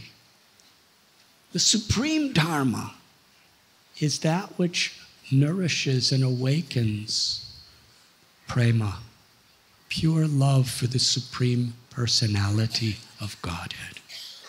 Such love must be unmotivated by selfishness, by egoism, and uninterrupted by any ever-changing situation of this life, good times or hard times. Honor, dishonor, pleasure, pain, health, disease. When our service to the Lord is uninterrupted and unmotivated, that is true love. That is real dharma. The Srimad Bhagavatam from the very beginning establishes this dharma. And we learn about it through 9 cantos, and then when we come to 10th canto, the crescendo, the summum bonum, the essence of the highest revelation of prema or pure love is revealed in the simplicity of Vrindavan. Where the Brijabasis, they love Krishna so much, they don't even care if he's God or not. And Krishna loves the Brijabasis so much, it doesn't even matter to him whether he's God or not. Krishna's controlled by the love of the devotees, and the devotees are controlled by Krishna's love, and the love is so sweet. Only in Vrindavan that Krishna fully reciprocates as a friend, sakyaras, like equals. Krishna will wrestle with his friends, and the friends will defeat Krishna, and Krishna will be more happy.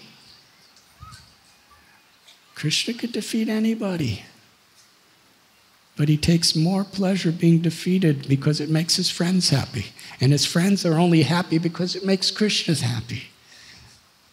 Love. They joke, they play, they exchange food, eat from each other's plates. Such friendship. And Vatsalya Bhav, where Nanda Maharaj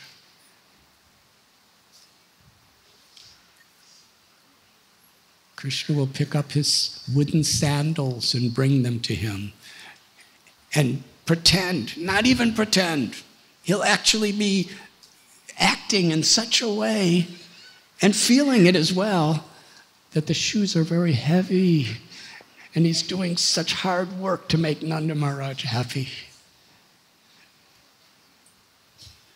And Yashoda Maya is thinking, if I do not feed him, he may get sick, he may even die, and he's eating dirt. Sukadev Goswami describes that Rohini and Yashoda were constantly feeling the supreme ecstasy of total anxiety in their love for Krishna. And Srimati Radharani and the Braja Gopis.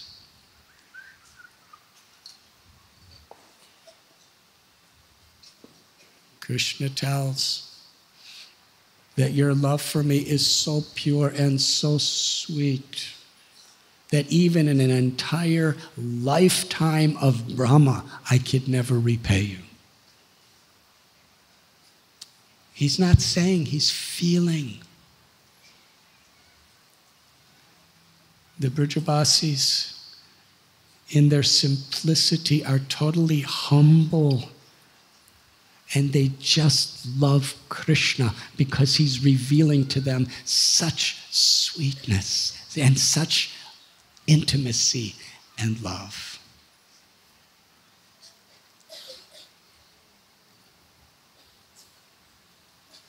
Srila Prabhupada came to give us that.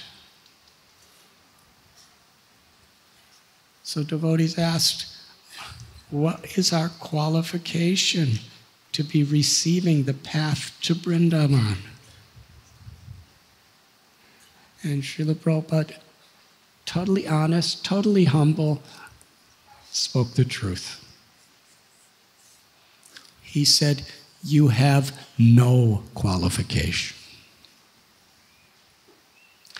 I have made your qualifications. As Surabhi made the qualification for Indra to approach Krishna. As Nityananda Prabhu made the qualifications for Jagai and Madhai to get Prema Bhakti from Sri Chaitanya Mahaprabhu. And during the kirtan at Srivasangam, they were all dancing together, and Jagai and Madhai was bumping into Gadadhar Pandit and Advaita Acharya and Haridas Thakur, and they were all just dancing. They were brothers, and they were brothers together. And at one time, Lord Chaitanya, he turned very dark color. And he asked Advaita Prabhu, what are you seeing? And Advaita said, you look like Krishna. Shyam Sundar. And Lord Chaitanya said, I want all the world to know this. That all the sins of Jagai and Madhai I have taken in my body. Now there's no more sins in them. They are completely pure. Now if you want these sins to go away from my body, chant the holy names very loudly.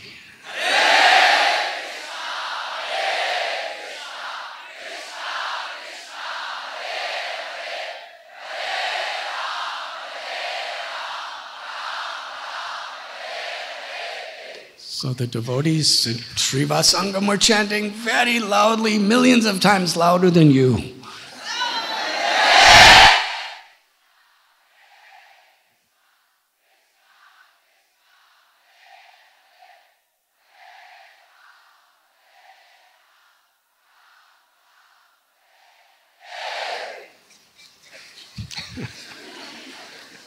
I'm sorry, it was... They're chanting with such pure, ecstatic love. And then all the darkness came out of Lord Chaitanya's body, and he said, where is all the sins of Jagai and Madhai going? Wherever anyone offends my devotees, that's where these sins will go. So we should be very careful.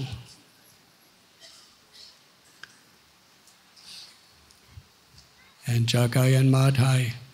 If you go to Katwa on the bank of Mother Ganga, the Samadhi of Madhai is there today.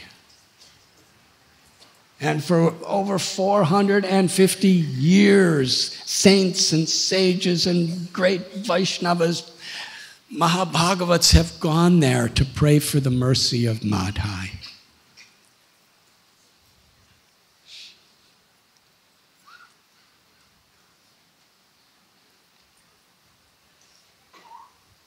So if we want Lord Chaitanya's mercy, if we want Krishna's mercy, Srila Prabhupada made our qualifications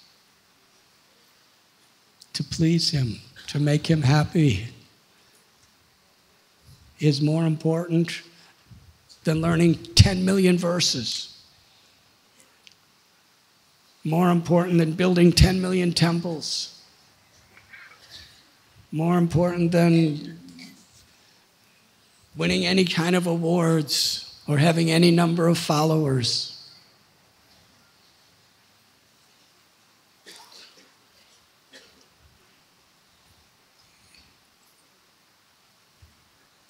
Prabhupada gave his life for us, each one of us. And Krishna is so intimately grateful that if we please Prabhupada, how Krishna will bless us. So this is the story of Surabhi Kund. Surabhi begged Krishna, please forgive Indra and give him your mercy. But then Indra had to also, it's not that Prabhupada will pray for us, but then we have to actually surrender too.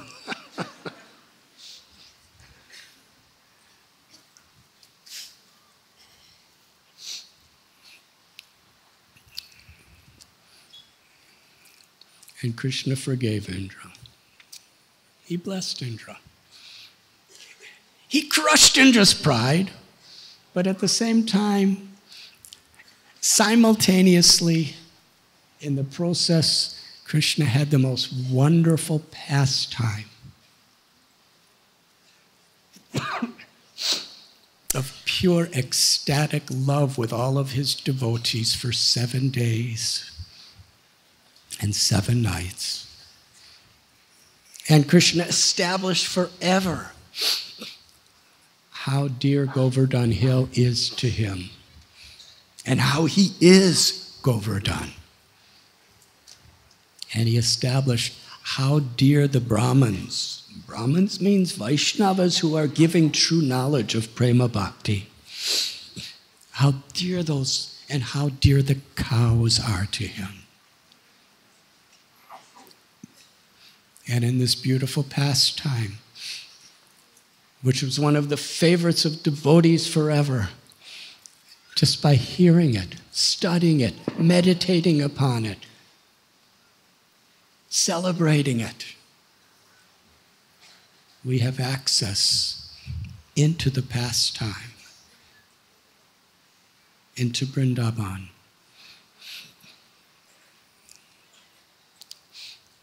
So when Krishna bestowed his mercy on Indra, Indra wanted to show the world forever that he is subordinate to Krishna. He said, I want to have an abhishekam and declare that you are my Indra. So Krishna accepted. Surabhi said to Krishna, we want to have this abhishekam and we want to bathe you with milk, and Indra will bathe you with the waters of the Mandakini Ganga from the heavenly worlds. And just for the pleasure of Surabhi, Krishna accepted the offering, and all of the greatest of the devatas came for this. Brahma, Shiva, Vayu, Varuna, Agni, Yamaraj, all the great sages, all the great The greatest people in the universe, they all came to make offerings to Krishna. They bathed him with limitless milk from the Kamadhenu Surabhi cows. Airavata brought pots of water from the heavenly Ganga. Varuna offered Krishna an umbrella. Vayu was fanning him with chamara. Garuda was acting as his servant in every way. Aditi, she served the Lord as a mother. Parvati as a sister. And the place of that great Abhishek is Govinda Kund. And it was during that wonderful, wonderful ceremony for the pleasure of Surabhi and the devotees, a voice came from the sky that in the spiritual world of Goloka, you are eternally known as Govinda. And today we are proclaiming you here in Gokula to be Govinda. Govinda Kund. And Indra made such a wonderful festival from his side just to establish that he is the servant of Krishna for Krishna's pleasure. And this incredible Abhishek took place with all these great devatas and all these great sages and rishis. And the cowherd boys were just herding the cows close by. And after all the devatas left, the cowherd boys came and they saw this beautiful arti paraphernalia and all the beautiful, actually Brahma was chanting prayers and Shiva did the last arti, Mahadev. It was a glorious festival. And the little cowherd boys, they just started playing themselves and offering the artis. And Krishna was sitting on a stone of Govardhan Hill, and Balaram came running, and he sat next to them. And soon Nanda Maharaj and Yashoda came, and they were saying, what is all of this? And Sri Dhamma said, I don't really know. We just came, and all this is here. And then Madhu Mangal saw what I saw. I don't know how to explain it, but there was this person with 1,000 eyes, all of them crying. He was bowing down before Gopal. And then there was a cow that was talking to Gopal.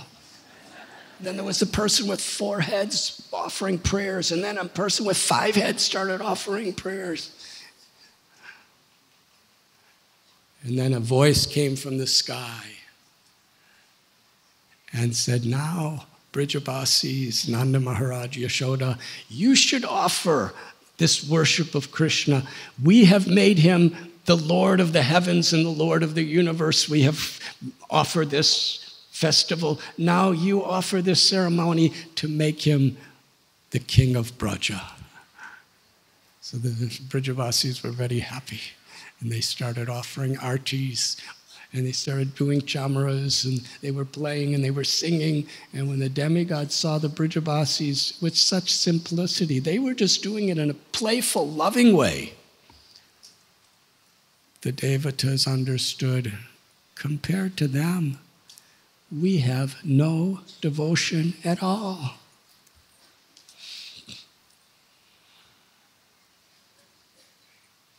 This is Vrindavan. The cowherd men, they went into assembly hall with Nanda Maharaj.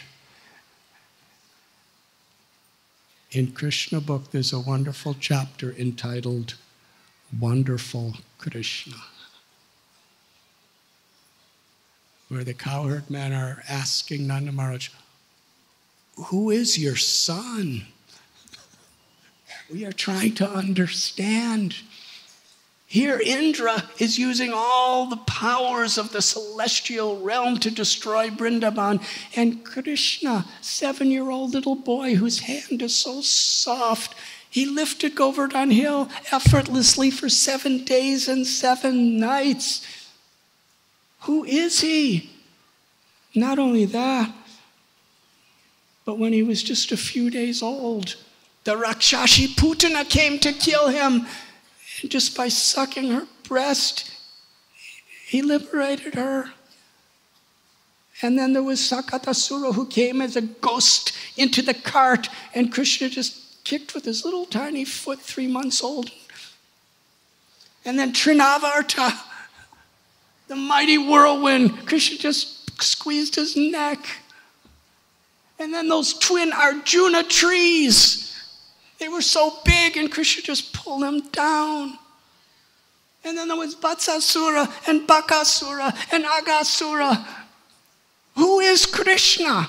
We love him as our own child, but he has such powers. And just now he lifted Govardhan Hill. And Nanda Maharaj, he smiled. And he revealed a secret. That when Krishna was a small child, Garga Muni came to Gokul, and Nanda Maharaj asked him to secretly perform a name-giving ceremony.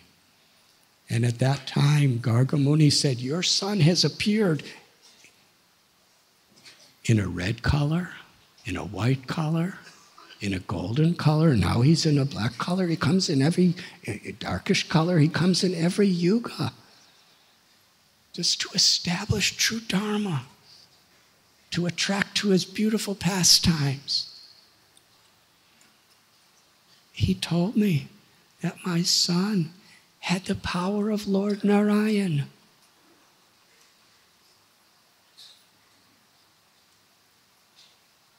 They were intellectually satisfied by hearing this. But as soon as Krishna would smile, as soon as Krishna just raised his eyebrow in affection, or glanced upon them, or laughed, or did anything in his sweet leelas, they completely forgot that. Krishna's our child, our friend, our lover. And Krishna has appeared with all of those attributes to us in his holy names. When Srila Prabhupada asked us to chant and be happy, that's perhaps the deepest thing that has ever been spoken. Srila Prabhupada ki jai.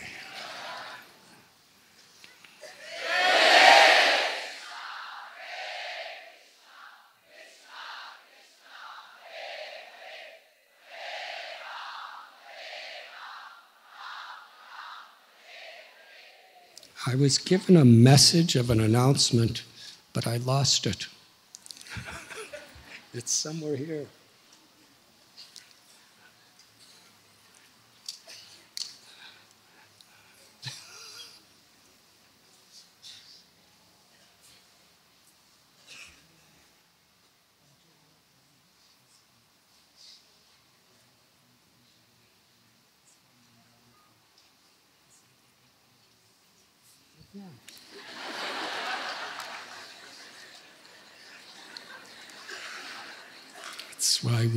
That's why we need gurus.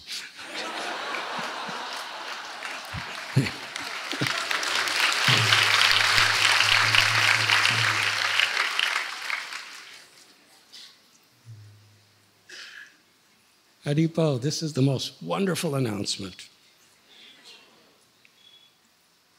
We want to offer our sincerest gratitude to His Grace Panchagoda Prabhu and all of the staff of Krishna Balaram Temple of ISKCON Vrindavan for giving us every arrangement we have here for our yatra.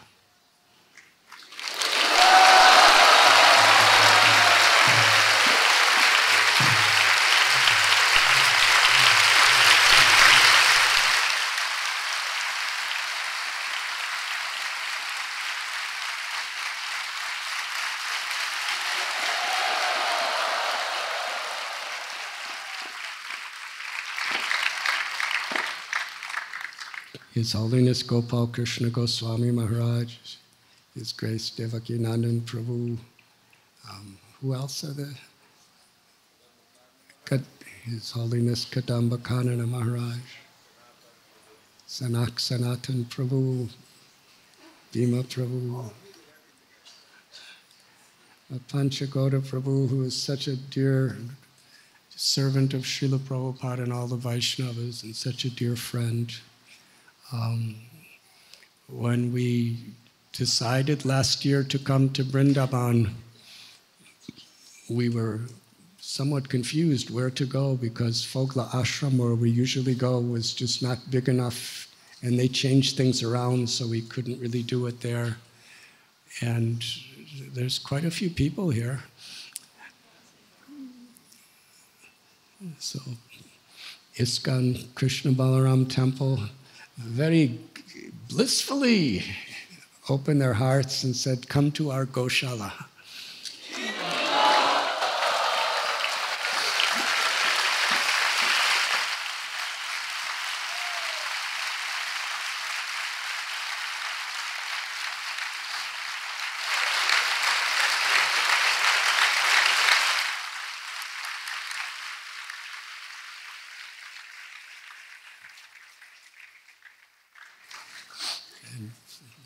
Sincerely, Panchagoda Prabhu, on behalf of all of these devotees, thank you very much.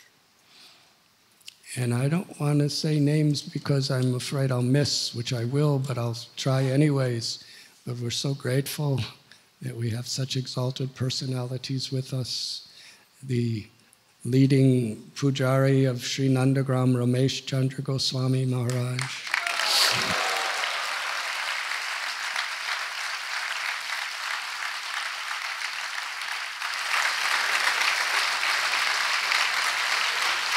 And we have Srila Prabhupada's personal assistant, Shruti Kirti Prabhu.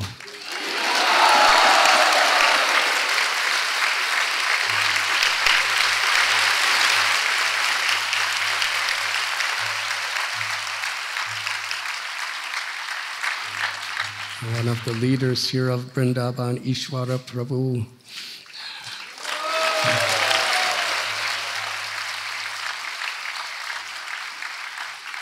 And we have disciples of Srila Prabhupada, Samik Rishi Prabhu.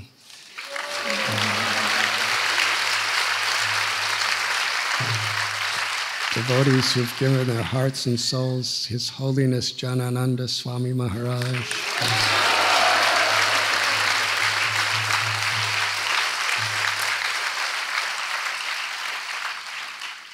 One of the world's most celebrated kirtan singers, Vayaski Prabhu.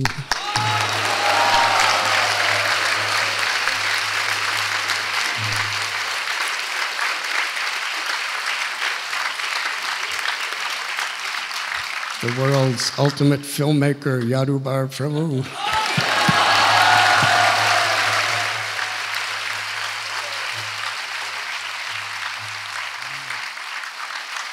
Legendary preacher of Bhakti, Pritu Prabhu.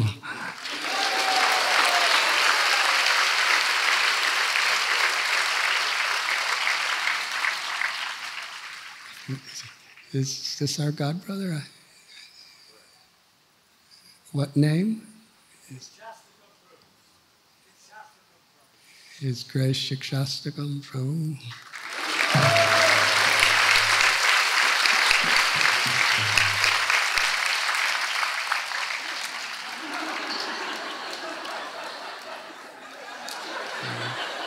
We have one of the most gentle, determined, sincere devotees, Nartaki Devi.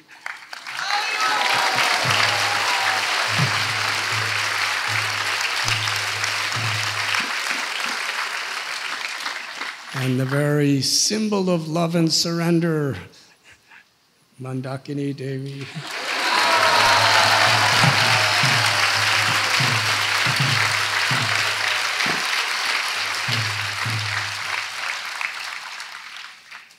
Is there any others that I missed? Oh, His Holiness, one of my dearmost friends, well-wishers, world preacher, and celebrated Vaishnava, His Holiness Chandramali Swami.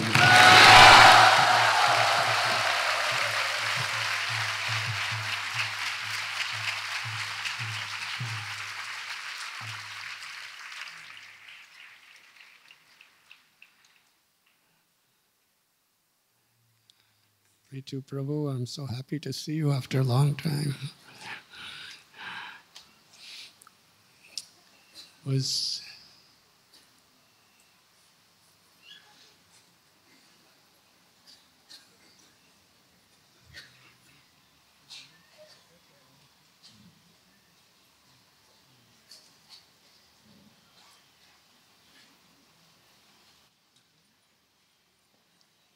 Acha, His Holiness Bhakti Vigyan Goswami Maharaj.